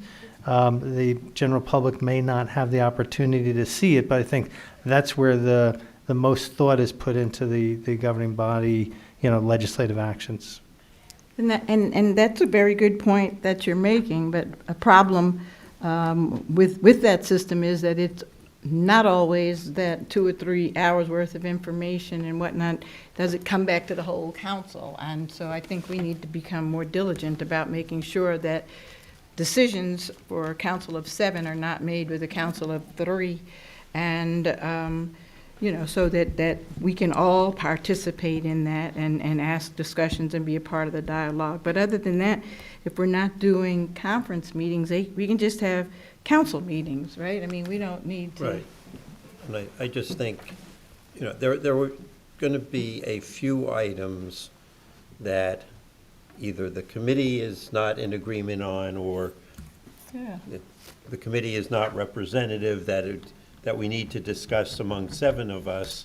I think, just watching the past couple of meetings, I think generally we're going along with what committees say, but there are going to be instances, and I think we should all say, okay, this item we need to discuss among the 7 of us, because we're not of one mind, and let's talk it through. But we have the problem that often exists is not all 7 even know, what that was, and then something will jump up. So I agree. I mean, for most of the time, when people do put that in, it's back and forth. As long as there's discussion with all 7 people, so all 7 people have an opportunity to ask questions and to understand what those discussions were, there should not be a problem. Just listening to everybody's comments and of course, Mr. Marx's, it just seems pretty obvious that we're not going to be able to stick to a real conference format, which is where, and again, a lot of the work and the discussion happens in committee, but also my understanding of like what a true conference meeting is, where a lot of the deliberation amongst the 7 happens. I hear what you're saying about, too much time going past before we can take action on anything. We are a very busy town. So I guess the only thing I would say is that after hearing all this, that I think I'm in favor of just calling everything just a meeting, with the understanding that we need to make sure that everyone is given the chance to participate and have a real deliberation. Okay. Good. So on the number 24, did we need to make some adjustments? Councilor Birmingham. Yes, Councilor Williams. Madam Clerk, do you have the, I think that's what I Thank said. you. I think Councilor Birmingham gave them. oh, no, I was asking if she had. Oh, if she got them. Okay. I would just ask for some time. Perhaps the governing body can consider this at the next meeting. Counselor Toller isn't here, and I would need some time to discuss with the attorney what impact, if any, if we take out the word regular and just call it meetings, because from my understanding, the Open Public Meetings Act references regular meeting, and I don't want you to be in a position where you're not using proper language. So we can just use regular yeah, we meetings just for all But of them. I don't want to call that on the spot. Okay. I would No, ask for thank some you for your time, and also diligence. for Toller to be here. Sounds good. Okay, so we'll Okay. move it to the 25th? Okay, yes, that's. Okay. So but can we go before- ahead and vote on No, the just, dates? let's, 2 things. Councilor Harrison? One, can you use the time to discuss in your office the 5:30 versus starting at 6? And 2, you have premised on a 7 PM starting time, starting earlier, the meeting in December for the CD. Yes. And how is that going to fit in if we're doing executive session, whether at 5:30 or 6, and how are we going to do that? None of this you have to answer tonight, but you should think about whether that meeting is going to be different in terms of how it's conducted. Well, that's the will of the governing body. I would think you don't but- schedule an executive session on the day of the CDBG Right, we hearing. did that Or you before change, or you Right, change the but- time of the CDBG Correct. hearing. That, Yeah. It's traditionally been 6 o'clock first December meeting, but if you want to change that, then that's at the discretion of the governing body. And the final nail in the coffin of the idea that we could have a monthly schedule, we should remember that we did an experiment last June where it was like 4 weeks in. That was due to an election date change. Because of the election date Yes, change. so it and made us have a And I longer remember gap. the wheels quickly came off and we had to have a meeting. And we're because going to have special elections in 2026. Oh, we're going to have lots. Yes, we are. Could I since we are deferring this to the 25th, could I ask for one other thing? In terms of the start time of 5:30, but having a notification of when we expect it to open to the public, because I think that that's something that Yes, that the this same language courts that have we've said. been Yeah, using. exactly. That what time we expect that would be. Okay. Okay. Okay, agenda item number 25, Counselor Williams, please. Okay. Resolution authorizing the Township of Montclair to join the Metropolitan Health Insurance Fund. So moved. Second, discussion. Just to be clear, just so everyone, this is joining the HIF for a small number through Medicare Advantage. And I just want to say again, because as we go through this, I really don't feel like we can underestimate the impact of these extraordinary increases in health insurance over the past, particularly the last 2 to 3 years on both the town and the school. It is just enormous. And so I don't know if you wanted to say anything further around this. It's just, this is our attempt to find something more sustainable. So at the last meeting, the governing body took a vote on moving employee health benefits to a fully insured Aetna plan. That Aetna plan doesn't cover everything for retirees that have been negotiated through contracts. So this resolution would cover the things that the Aetna fully insured plan does not cover for retirees. So this is a supplemental? Essentially a supplemental. It augments the Aetna fully insured plan. Discussion Did anymore? I move okay. it? Apologies. In Baskerville. Oh, you moved it. Madam Clerk? Deputy Mayor Anderson, Yes. Counselor Birmingham, Yes. Counselor D'Amato. Yes. Counselor Harrison. Yes. Counselor Toller absent. Counselor Williams, Yes. Mayor Baskerville. Yes. Deputy Mayor Anderson, please, would you do number 26? This is a resolution to appoint a fund commissioner and an alternate fund commissioner to the Metropolitan Health Insurance Fund to represent the Township of Montclair. So moved. Second, discussion. Madam Clerk, please.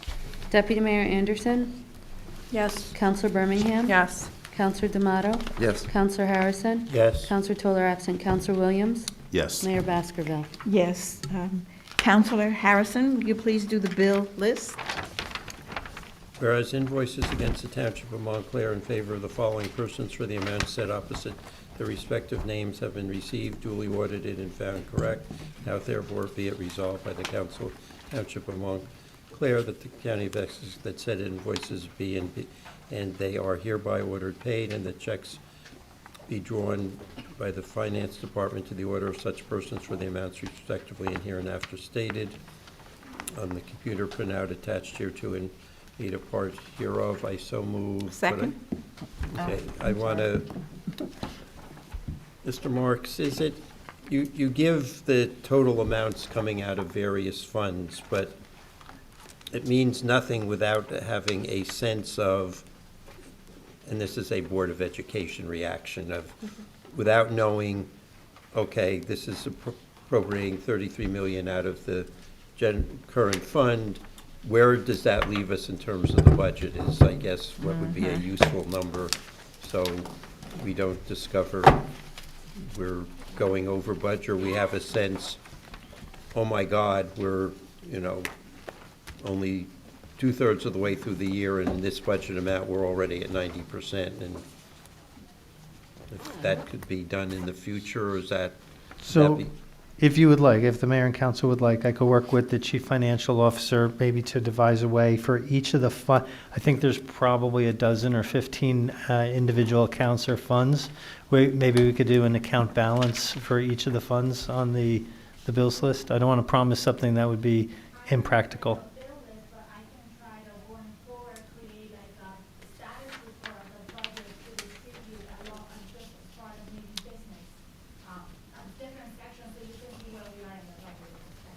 just say, because it give us a heads up if we're going to have to do an emergency appropriation or Right. move funds Right. around.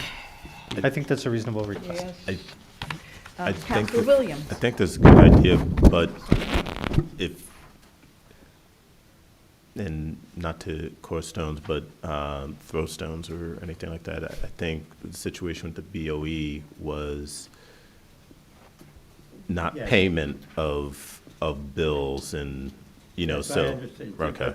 But it's still to know in advance if we're spending more than we anticipated, or for that, ideally, we're spending less than we Yeah, anticipated.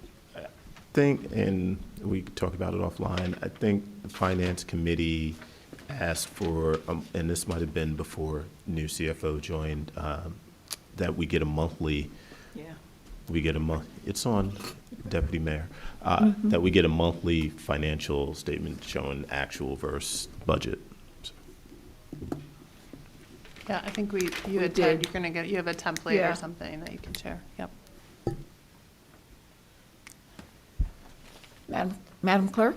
Deputy Mayor Anderson, Yes. Counselor Birmingham, Yes. Counselor D'Amato. Yes. Counselor Harrison, Yes. Counselor Toller absent, Counselor Williams, Yes. Mayor Baskerville.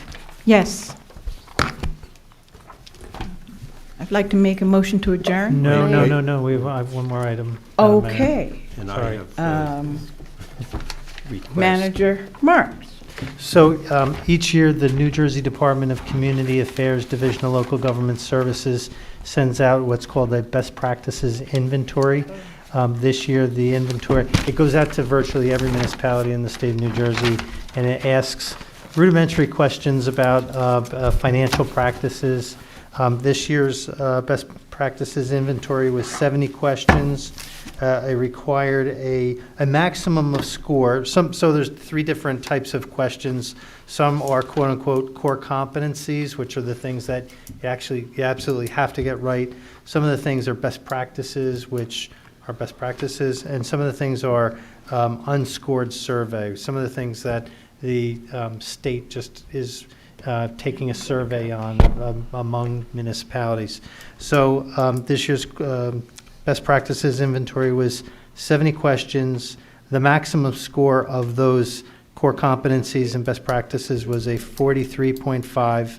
A minimum passing score was 32, and we received a score of 41.5. So what does that mean? That means our state aid is safe. So, you know, we are in a good place financially. Our financial mechanisms that are in place, from the audit to the cash management plan to the annual financial statement, so on and so forth, are, as the audit came in with no material comments, this is similar fashion that we scored positively on the upper end of the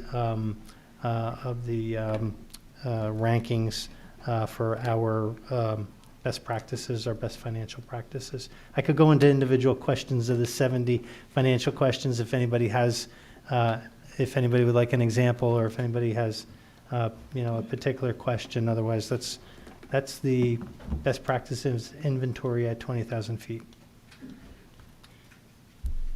And it was discussed at the finance committee meeting with the finance committee. And everybody got a copy. All of the council members Yes. got a copy of it.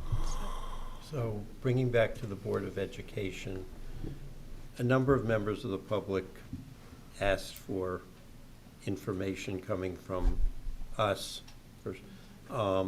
What I think would be useful, and let me make sure I understand, but so if either or both referendum pass, there will be an amended tax bill sent out for the first and second quarters of next year. Is that correct? So no, actually, and this is, you get different answers talking to different people, unfortunately. That's why this is the situation that we are in is extraordinary, Yes, right? absolutely. So it doesn't, I don't want to say it's unprecedented, but it's extremely unusual. So Joe Monzo, who's the financial advisor, he was the acting chief financial officer until Dee Bartlett started several weeks ago. had been in communications with the county tax board, because if the two question, or if one of the two questions passes that are up for referendum, then the tax collector will have to petition the Essex County Board of Taxation to strike a new rate. So there was a conversation that occurred several weeks ago between Joe Monzo and somebody at the County Tax Board. The question as it was posed, or there was a nuance, was, if the referendum passes, when would it be effectuated? The answer at the time was in the first and second quarters of 2026, which are the taxes are due February 1st and May 1st. However, a more nuanced approach, or the nuanced question was, I guess the person at the Essex County Tax Board was thinking that the referendum was at the general election and not a special election occurring in December. So upon further review, Joe Monzo was speaking with somebody, actually spoke with our former comptroller, Nada, as well as I believe it was the director of the Division of Local Government Services in Trenton today. And with the understanding that the referendum is in December, it is too late to affect the February taxes. So from what I understand, what Joe Monzo reported back today after the conversation was that any additional tax levies that occur as a result of the referendum would go into the general school board rate that would take effect in August 1st of next year. So it would, instead of being spread out over 2 quarters, from what he told me this afternoon, it would be spread out over 4 quarters. So much for summer vacation. Okay, so, Beginning August 1st next year. So which would create, if they pass, if one or both pass, cash flow for the Board of Education would, and the township would obviously be a concern, because that enhanced that enhanced tax levy would not come due until next August 1st. So what would the school board do between December and August 1st? okay, so I'm going to briefly so basically that's saying the people the school board owes money to for the past considerable period of time, assuming are not going to get paid for a long time, is what you're saying, because they're not going to have that additional money. So Well, I don't know about the school board's internal mechanisms, right? About, their ability to pay. I mean, the township, at periodic intervals, based on their current budget, is going to send them that amount of money based on the current budget without the referendum. Correct. Who they pay, that's their problem, not ours. Correct. But they're not going to get more money until August. In terms of cash flow, that cash flow would not be enhanced until August 1st. Okay. Until No. after August 1st. No. The school board is getting it has an interim loan from the state, I believe, that would normally come with a monitor, and that has been deferred until after the special question. Right.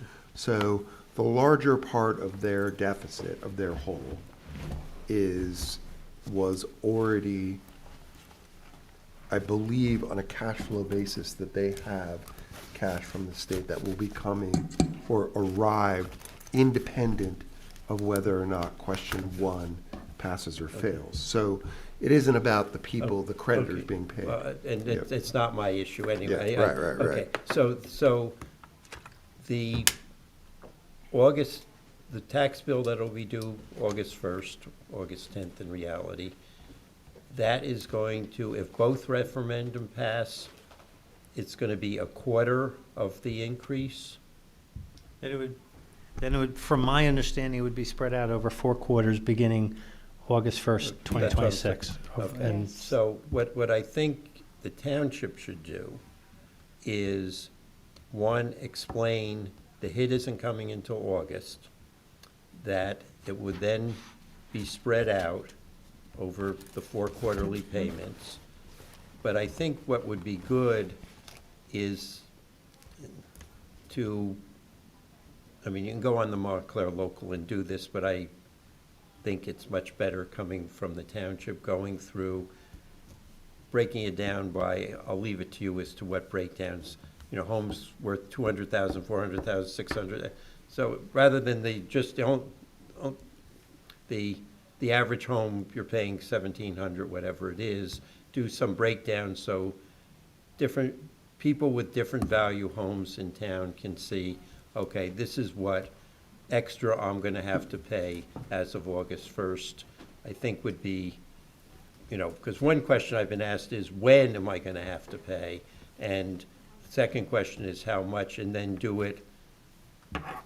We could do a low, medium, and high. Do it with both referendum, I mean, the likelihood of, I think, the first referendum passing and the second not passing, I think, I'll leave it. But I think we should do,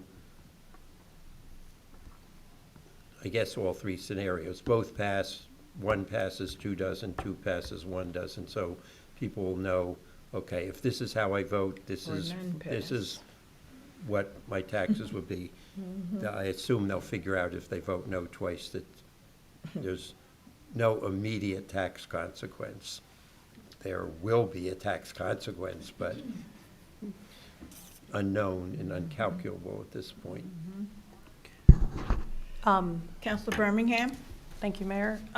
Yes, so as Manager Marks mentioned, this is a rapidly evolving, very challenging situation that's very unusual. And so I think we will be wanting to get this information out to the public, but we need to have everything that you just said in writing from the state. Yes. In writing, because what I fear, and it has caused me hesitance, is I do not want to give out incorrect information.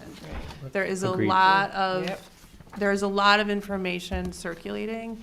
We will be meeting with the superintendent, and so hopefully, and that will be within the next few days, but we need to have everything that we are thinking or is being told to us in writing from somebody up here, because, and then we will share it appropriately, because again, this, as you said, it is, if you're on the, you know what I mean? So that will be our goal in the next few days, to get everything in writing and then share it. Yeah. I absolutely agree, but probably start preparing, because I suspect that's not going to change, because when you figure out they can't certify the election until a week plus past,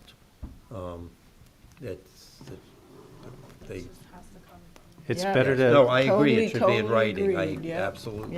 It's better to be slow in disseminating correct information than to be fast and That's to why we disseminate weren't just incorrect going information. rogue, right? Yeah.